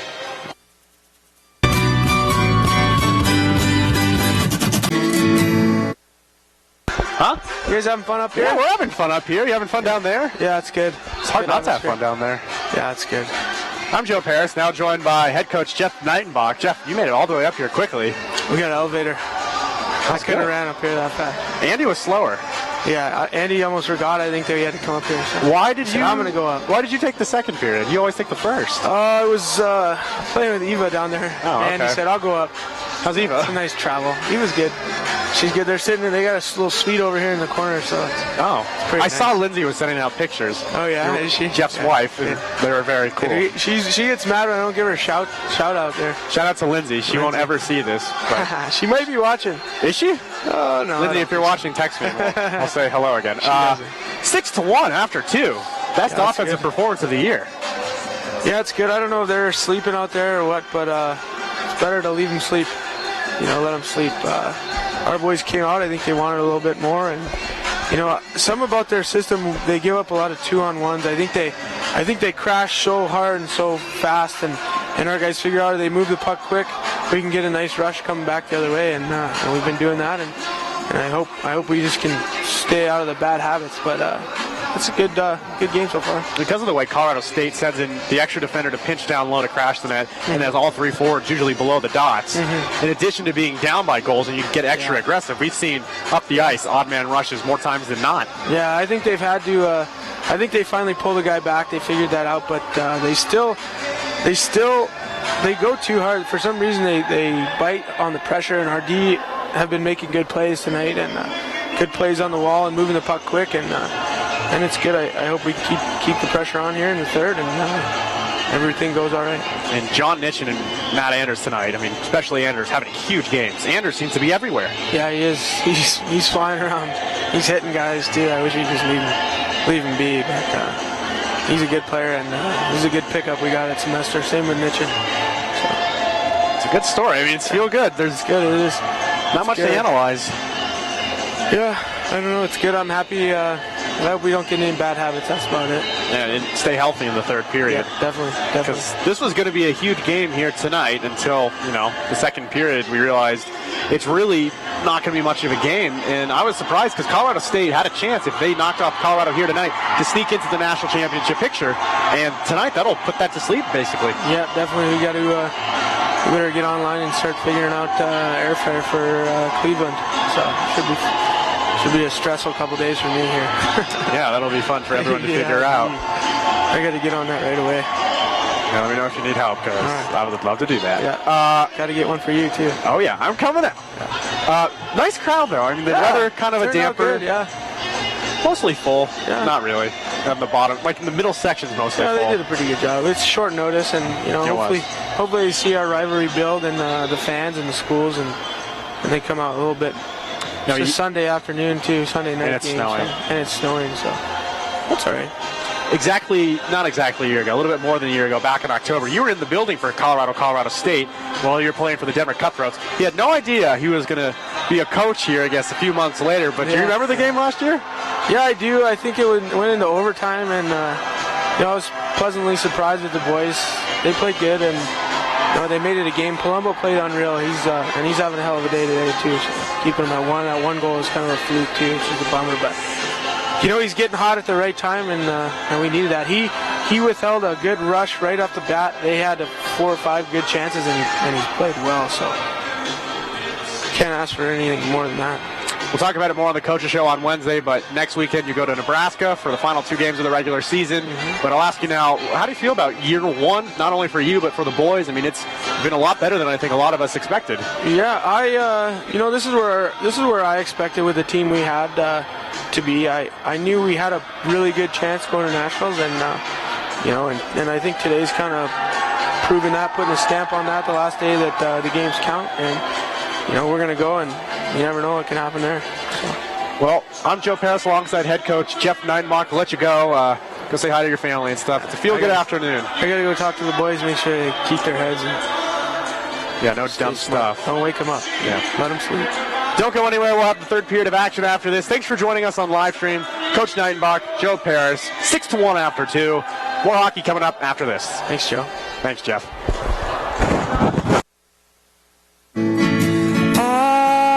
After all Welcome back to Pepsi Center in Denver. I'm Joe Paris alongside Tommy Wood. Tommy, I just was down speaking with some of the fans and coaches and waved to some of the players. Everyone's having a really good evening here. Except for the 20-something people on the CSU bench.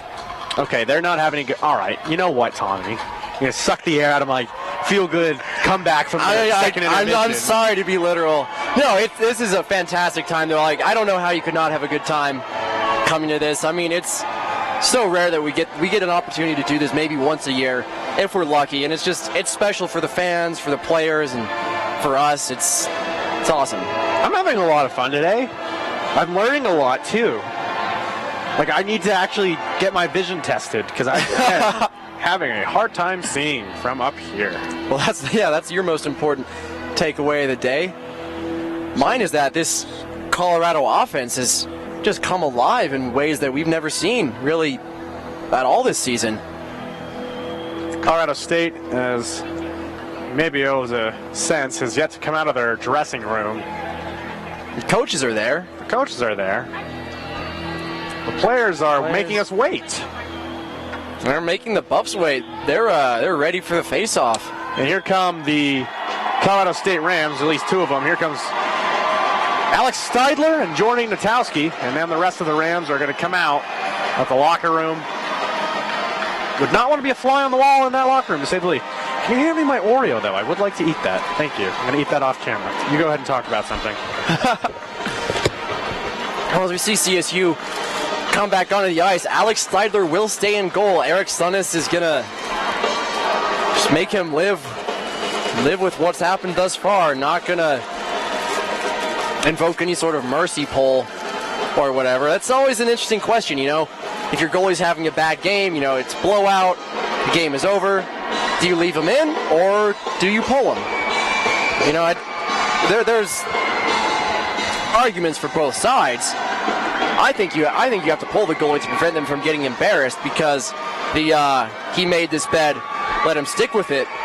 The line of thinking was what got Patrick Watt traded out of Montreal. Well, he's going to graduate, so it doesn't really matter. I'm really a glass of milk short here from having a perfect night.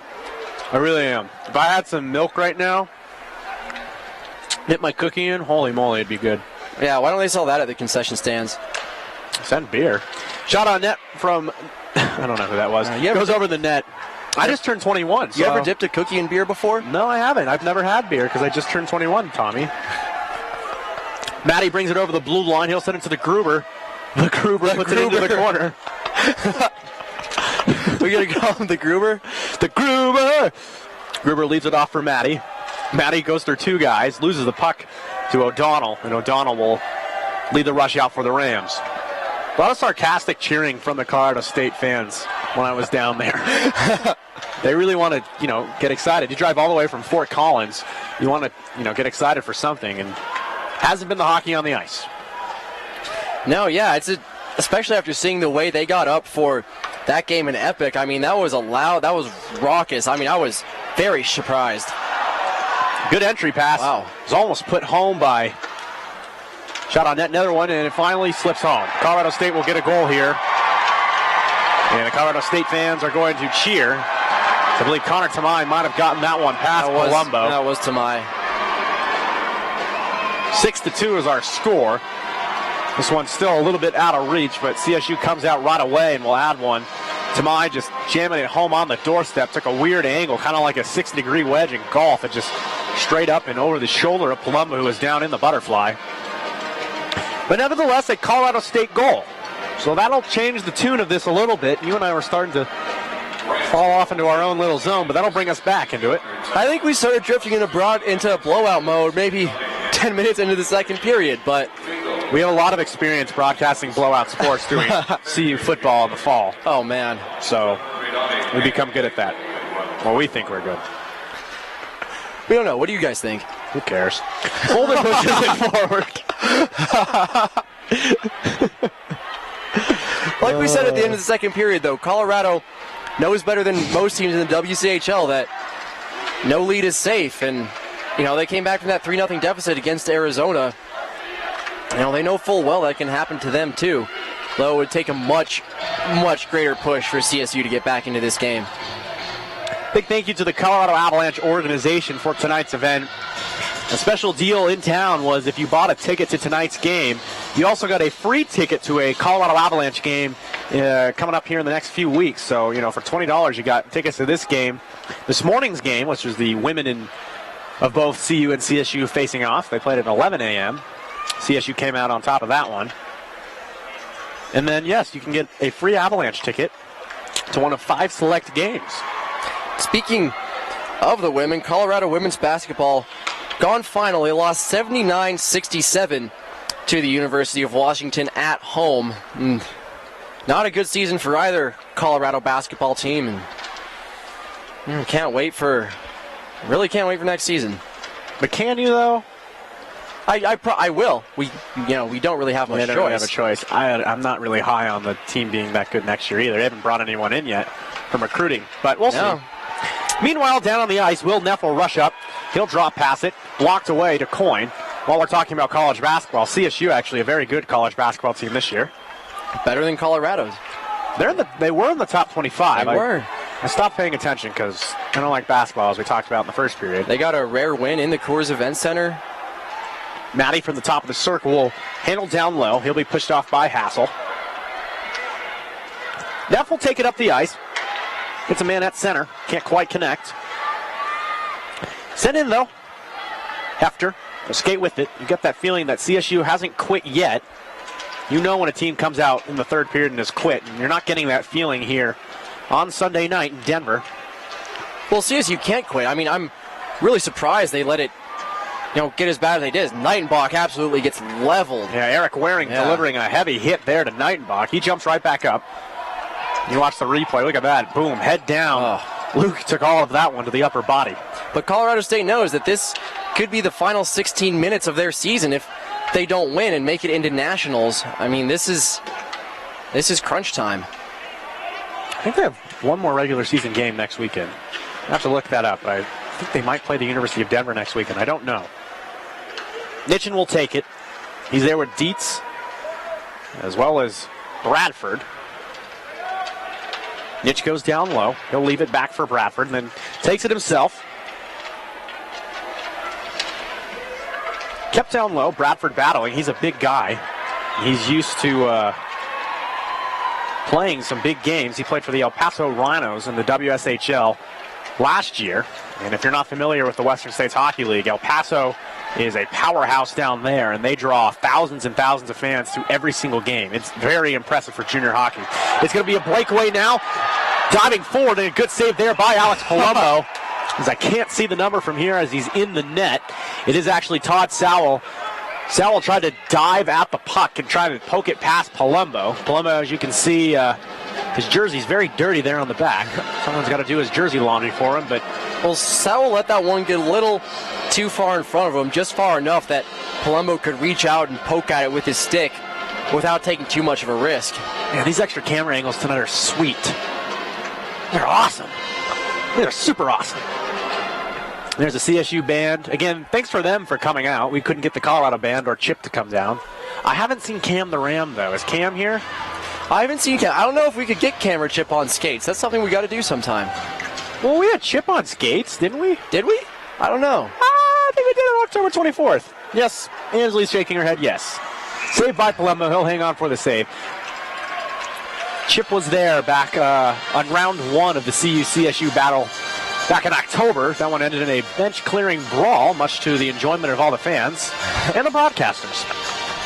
First hockey game I've ever covered on TV. Well, TV, whatever you want to call this. It was on TV. Yeah. It was on Comcast. That was amazing. The only one we got on Comcast. 2-on-1. Bauer with Jarman.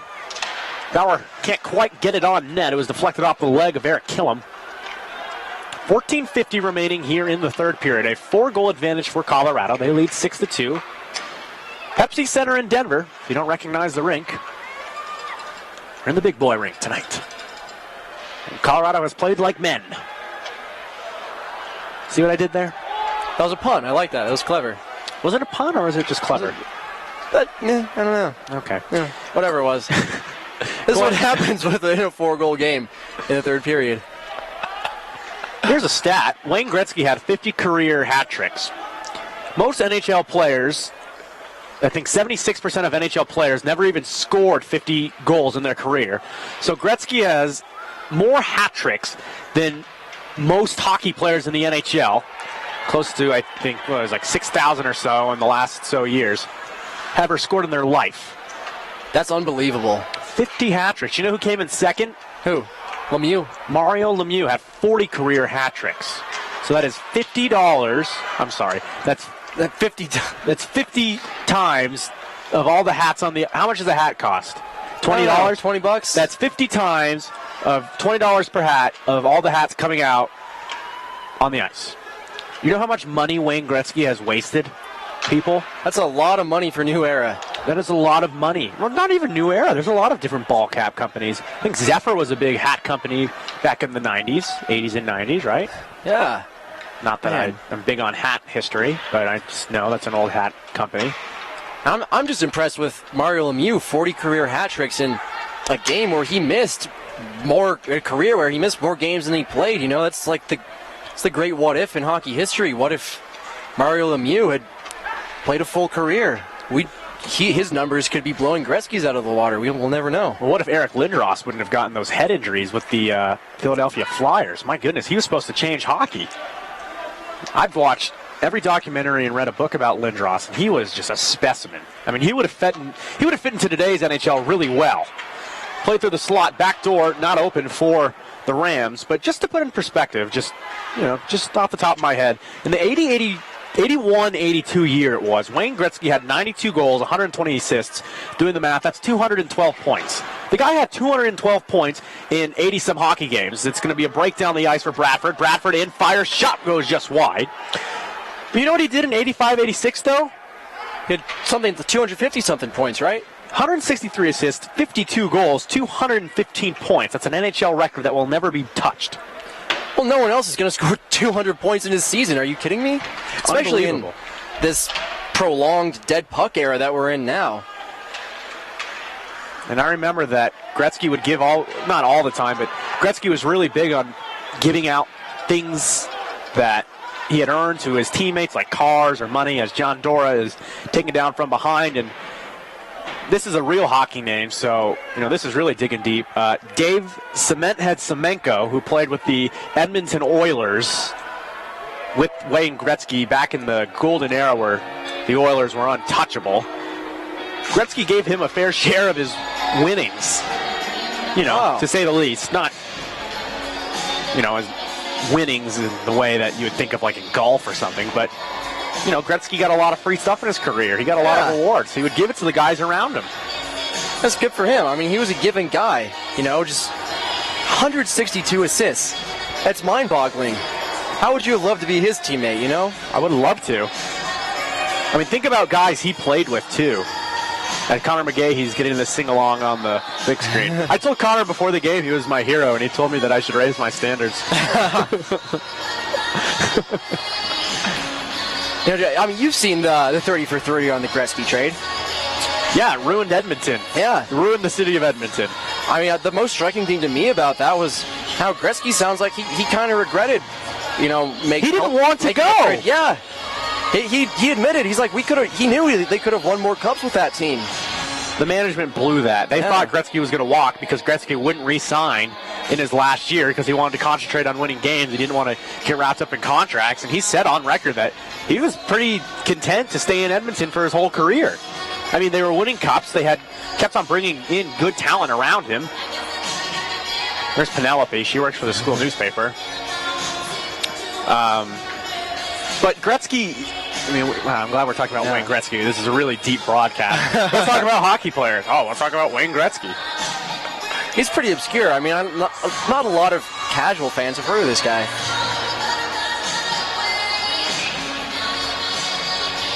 Too bad it didn't really work out for him in coaching or management. We've seen that in a few sports that the best players on the field doesn't really translate to the clubhouse. Colorado on the power play. Will Neff shorthand will shoot one on net. I mean, it's the same situation as Michael Jordan. That's what I was abysmal owner. Terrible. Bobcats. Still is. The Hornets now.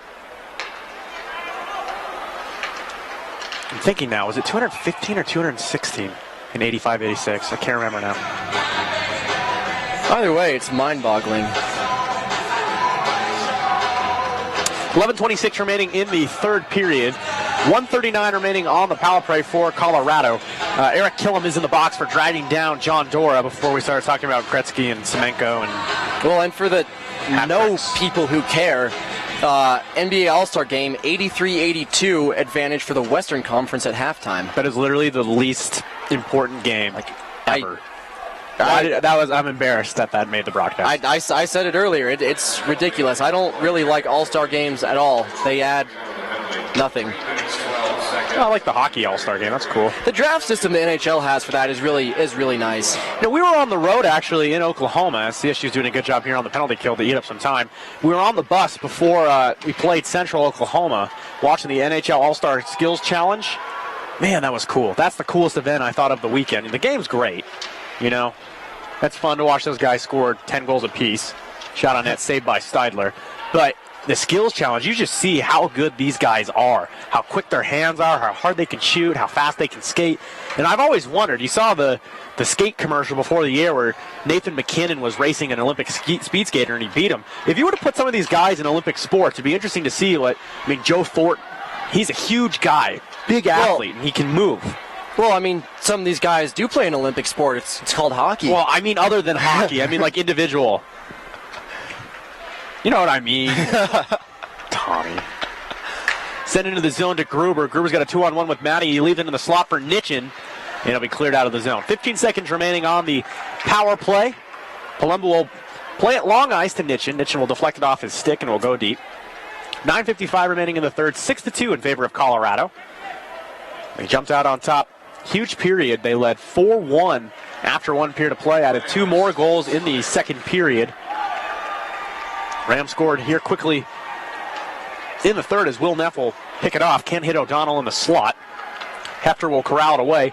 And really, Tom, as we talked about with Coach Neinbach, Buffs are really hitting their stride now. They're peaking at the right time. We talk about that a lot in sports that, especially in hockey, we see what the Los Angeles Kings do year in, year out. They get hot and sneak into the playoffs and then make a run all the way to the Cup Finals. Yeah, I really think the turning point was the last game against CSU in Boulder.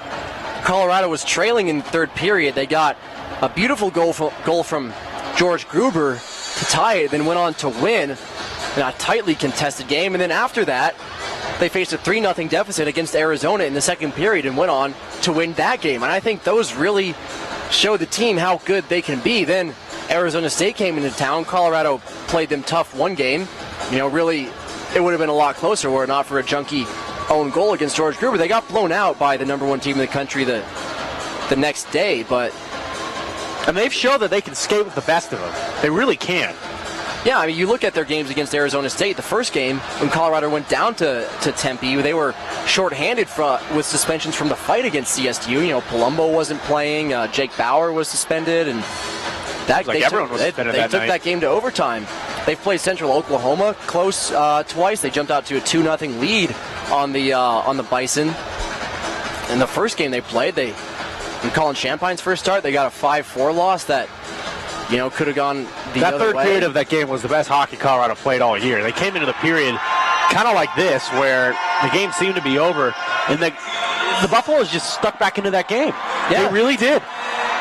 And it's easy to forget how young this team is. They only have 2 seniors, Hurley Kane and Luke Nightenbach. They only have 3 true freshmen, but everyone else is still a freshman by eligibility, and it's really taken all year for them to get used to playing with each other and learning each other's tendencies. And then you add Nitchin and Anders into the mix for the second semester, and they've been getting acclimated, and now it's all coming together. You can see Peter Martin in the corner of your screen.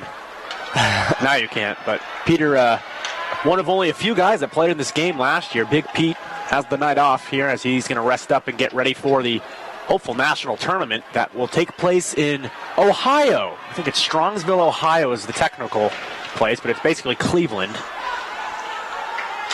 Could be wrong on that. Commissioner Perry will probably correct me in the chat box on live stream, which unfortunately we can't chat back in. So for all of you that were chatting in our live stream box, we apologize. Deflected off against the glass. O'Donnell sends it in front. It was blocked away off the skate and leg.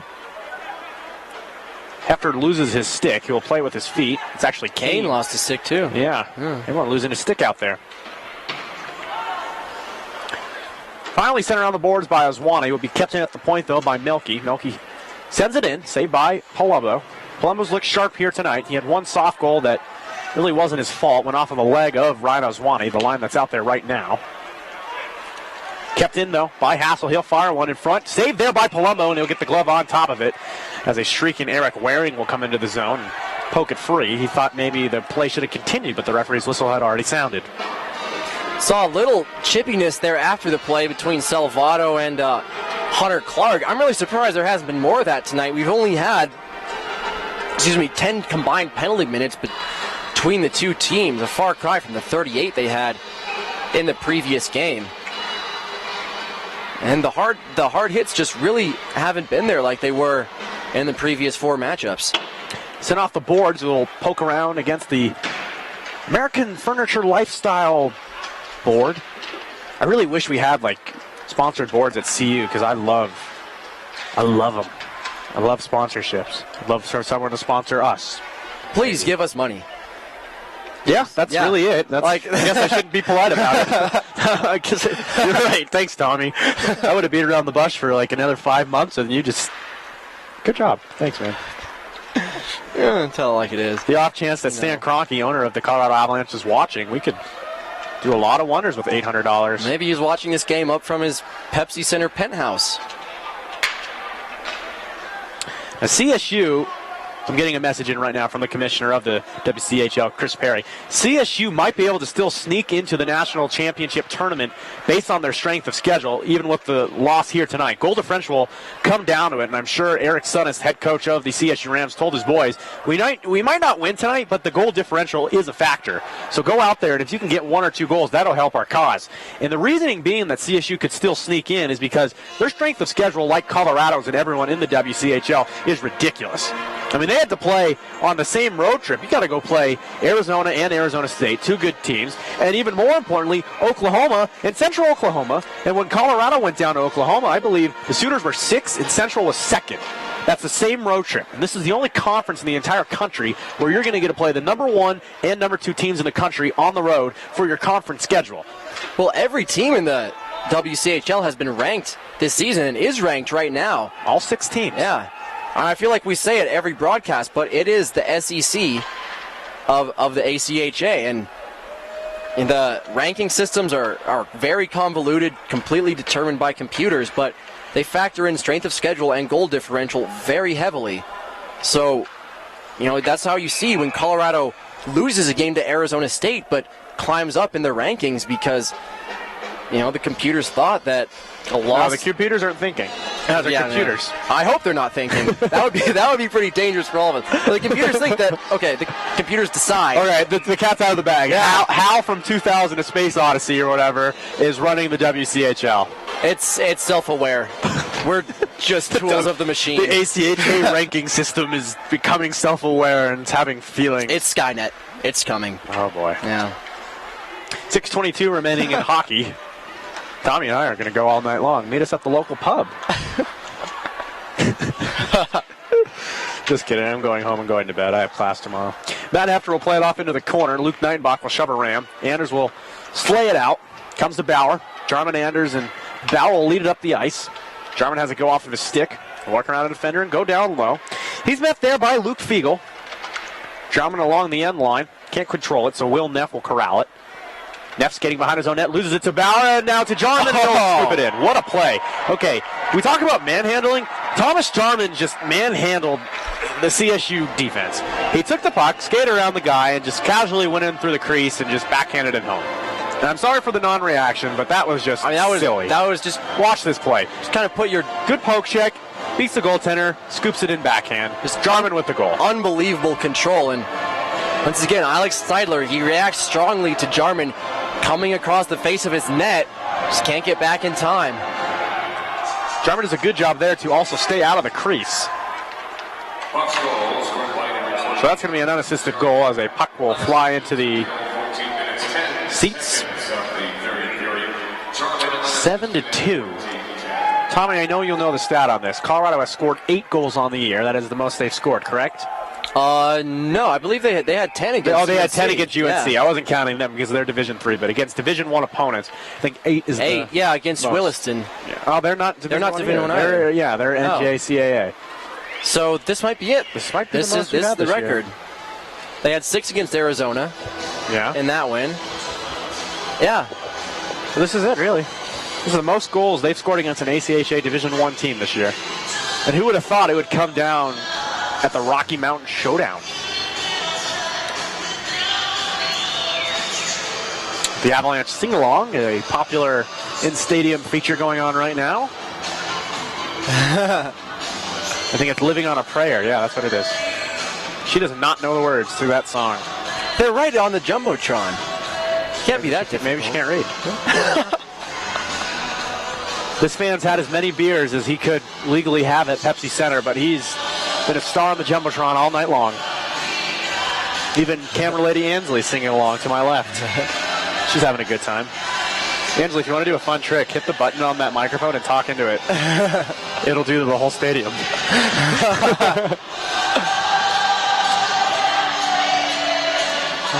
That poor woman wearing a Green Bay Packers toque. Yeah. I didn't think I'd see any Green Bay Packers merchandise out after that loss to Seattle in the NFC Championship for a long time.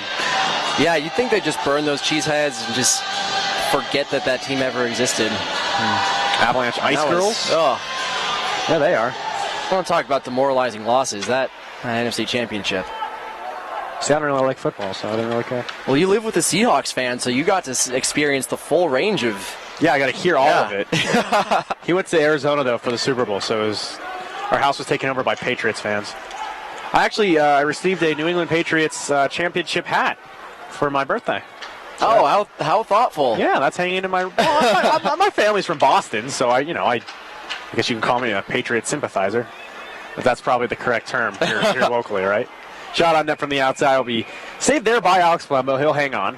I spoke to my father during the second intermission, who is in attendance tonight. He wanted to know what the shots on goal were, because like you, he realized the shots on goal in the stadium are incorrect and from last night's Avalanche Stars game.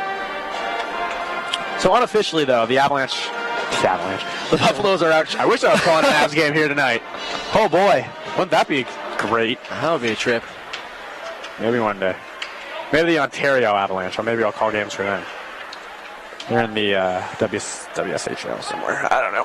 5 minutes even remaining here in the third period. It's been pretty quiet, too, physically, all night long. Well, the crowd hasn't been as big as we anticipated, but even if it was, I mean, this is a building that seats 20-some thousand, and it's difficult to fill it up with noise when, it isn't that full, as Bradford almost puts it home. Last year, the attendance was close to 2,300 from what I remember.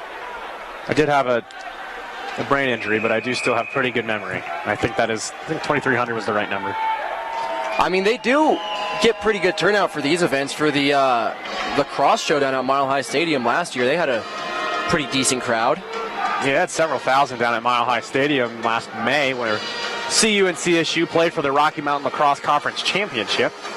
Colorado won that as well. What a game. That was a great game. That was fantastic. That was probably one of the most fun things we've ever done. Eating Chipotle at midfield.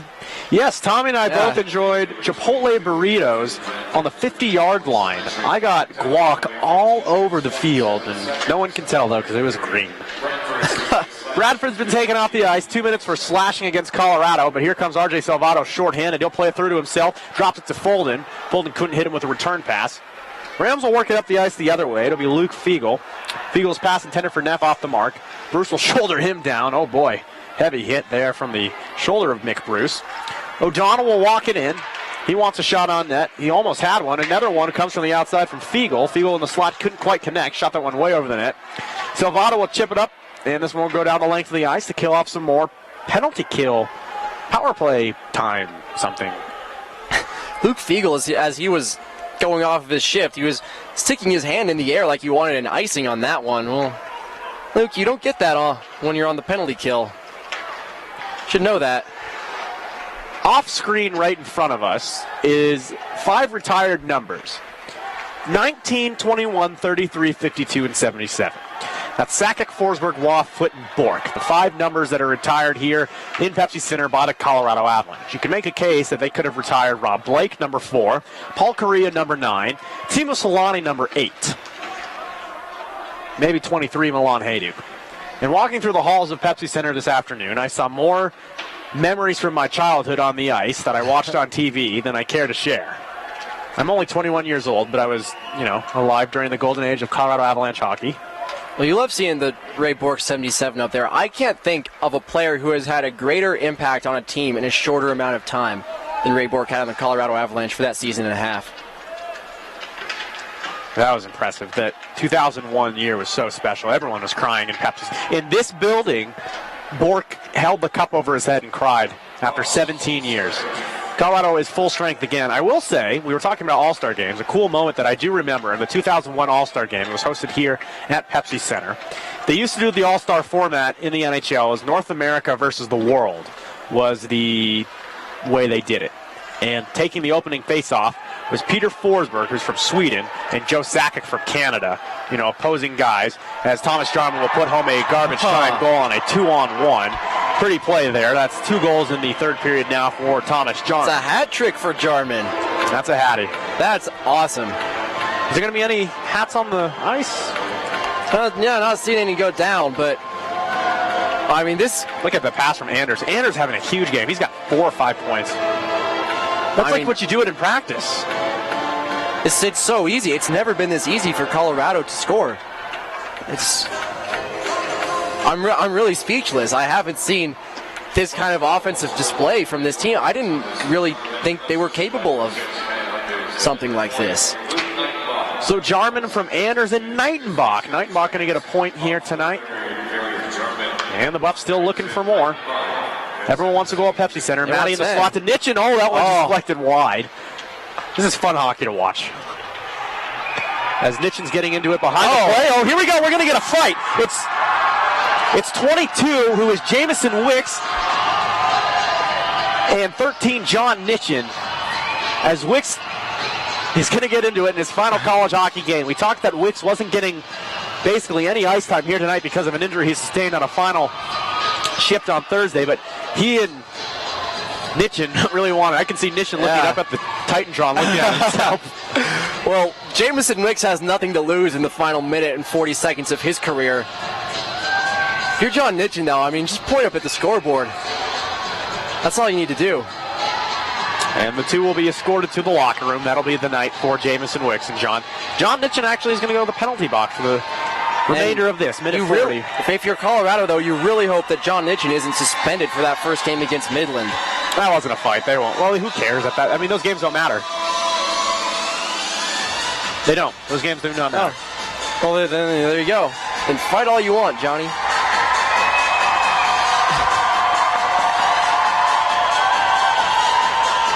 I know there was a few instances on Thursday night where guys wanted to go, they wanted to fight, but they realized that if they had fought on Thursday night, they would have been suspended for this contest, which right now I guess doesn't really seem like a big deal, but, So on the ice right now, I see 4 black jerseys and 4 white jerseys, so I guess we're going to go 4-on-4 to end the game. I was curious if Wicks was going to get something larger. Okay, so Wicks is going to get 2 and a 10, 2-minute delay of game and a 10-minute misconduct. And Nitchin will get the same thing, except Nitchin's going to sit in the penalty box, and Wicks is going to stay back in the locker room where he can undress and wait for his teammates. Gerber will operate from behind. Minute 12 remaining in this 8-2 hockey game. Pretty quiet third period. That's why we've gotten to talk about basically everything. Kardash fires one. That one goes high against the glass. 1 minute remaining in the third period. Fans from both sides are cheering, I guess sarcastically. Not if you're a Colorado fan. O'Donnell will send a shot into the netting and out of play off of the stick of Eric Kardash. So 48.3 remaining. We'll do a face-off, have a little bit more to play, and then that'll do it. Pretty fun night, though. I mean, the whole experience-wise. We've been here since 4:30. I guess I've been here for 4 hours now.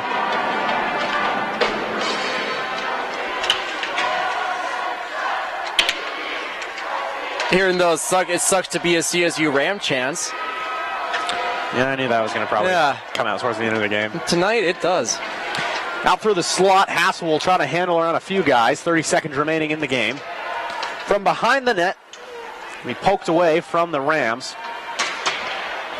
Bradford will take a flying shoulder from Zach Novak. Dietz will poke out away from Hassel. As you can see, what a collision between Novak and Bradford. 10 seconds remaining. Colorado fans are starting to get on their feet. Poke free to Salvato. Salvato will handle around a guy. He's going to be wide open with the time to shoot it on net. He gets demolished by Dylan Hassel as the puck goes wide. The buzzer will sound, and that's the end of it, as Scott Fulton will take a cheap shot from Todd Sowell. The referee will come in and separate them, and that'll do it. Alex Palumbo will be congratulated for a magnificent start, to say the least. Final score from Denver, 8-2. Colorado over Colorado State. And Joe, I mean, we've said it before. This is as impressive as Colorado has looked on offense all season long. And, I mean, everything that they did wrong against Colorado State on Thursday, they fixed. I mean, they did not let CSU's forecheck get to them. They dodged checks. I mean, they protected Alex Palumbo. And what a win. Well, that's all we've got from Denver. I'm Joe Pass alongside Tommy Wood. Thanks for joining us. We got to pack up and go get home. Stadium announcer Connor McGahee has just informed us it is snowing heavily outside, so to drive home safe. So thank you, Connor. We will. Final score from Denver, Colorado 8, Colorado State 2. Thanks for joining us. We appreciate you all joining us all season long. Right now, we're not sure if we're going to be broadcasting from Nebraska. We hope we are, but if tonight is our final broadcast of the year, it's been a great year of broadcasting. Thank you to everyone who's made it possible. Camera lady Ansley Guthrie, social media manager Kaylee Bryce, of course, Tommy Wood on color commentary. It's been a fun year, and we're excited to head on to the national tournament. Yeah, it's really been special to be a part of this team for this season, and what a way to cap it off. Thanks for joining us here from Denver. Final score 8-2. Have a great night, everyone, and we hope to see you on the other side.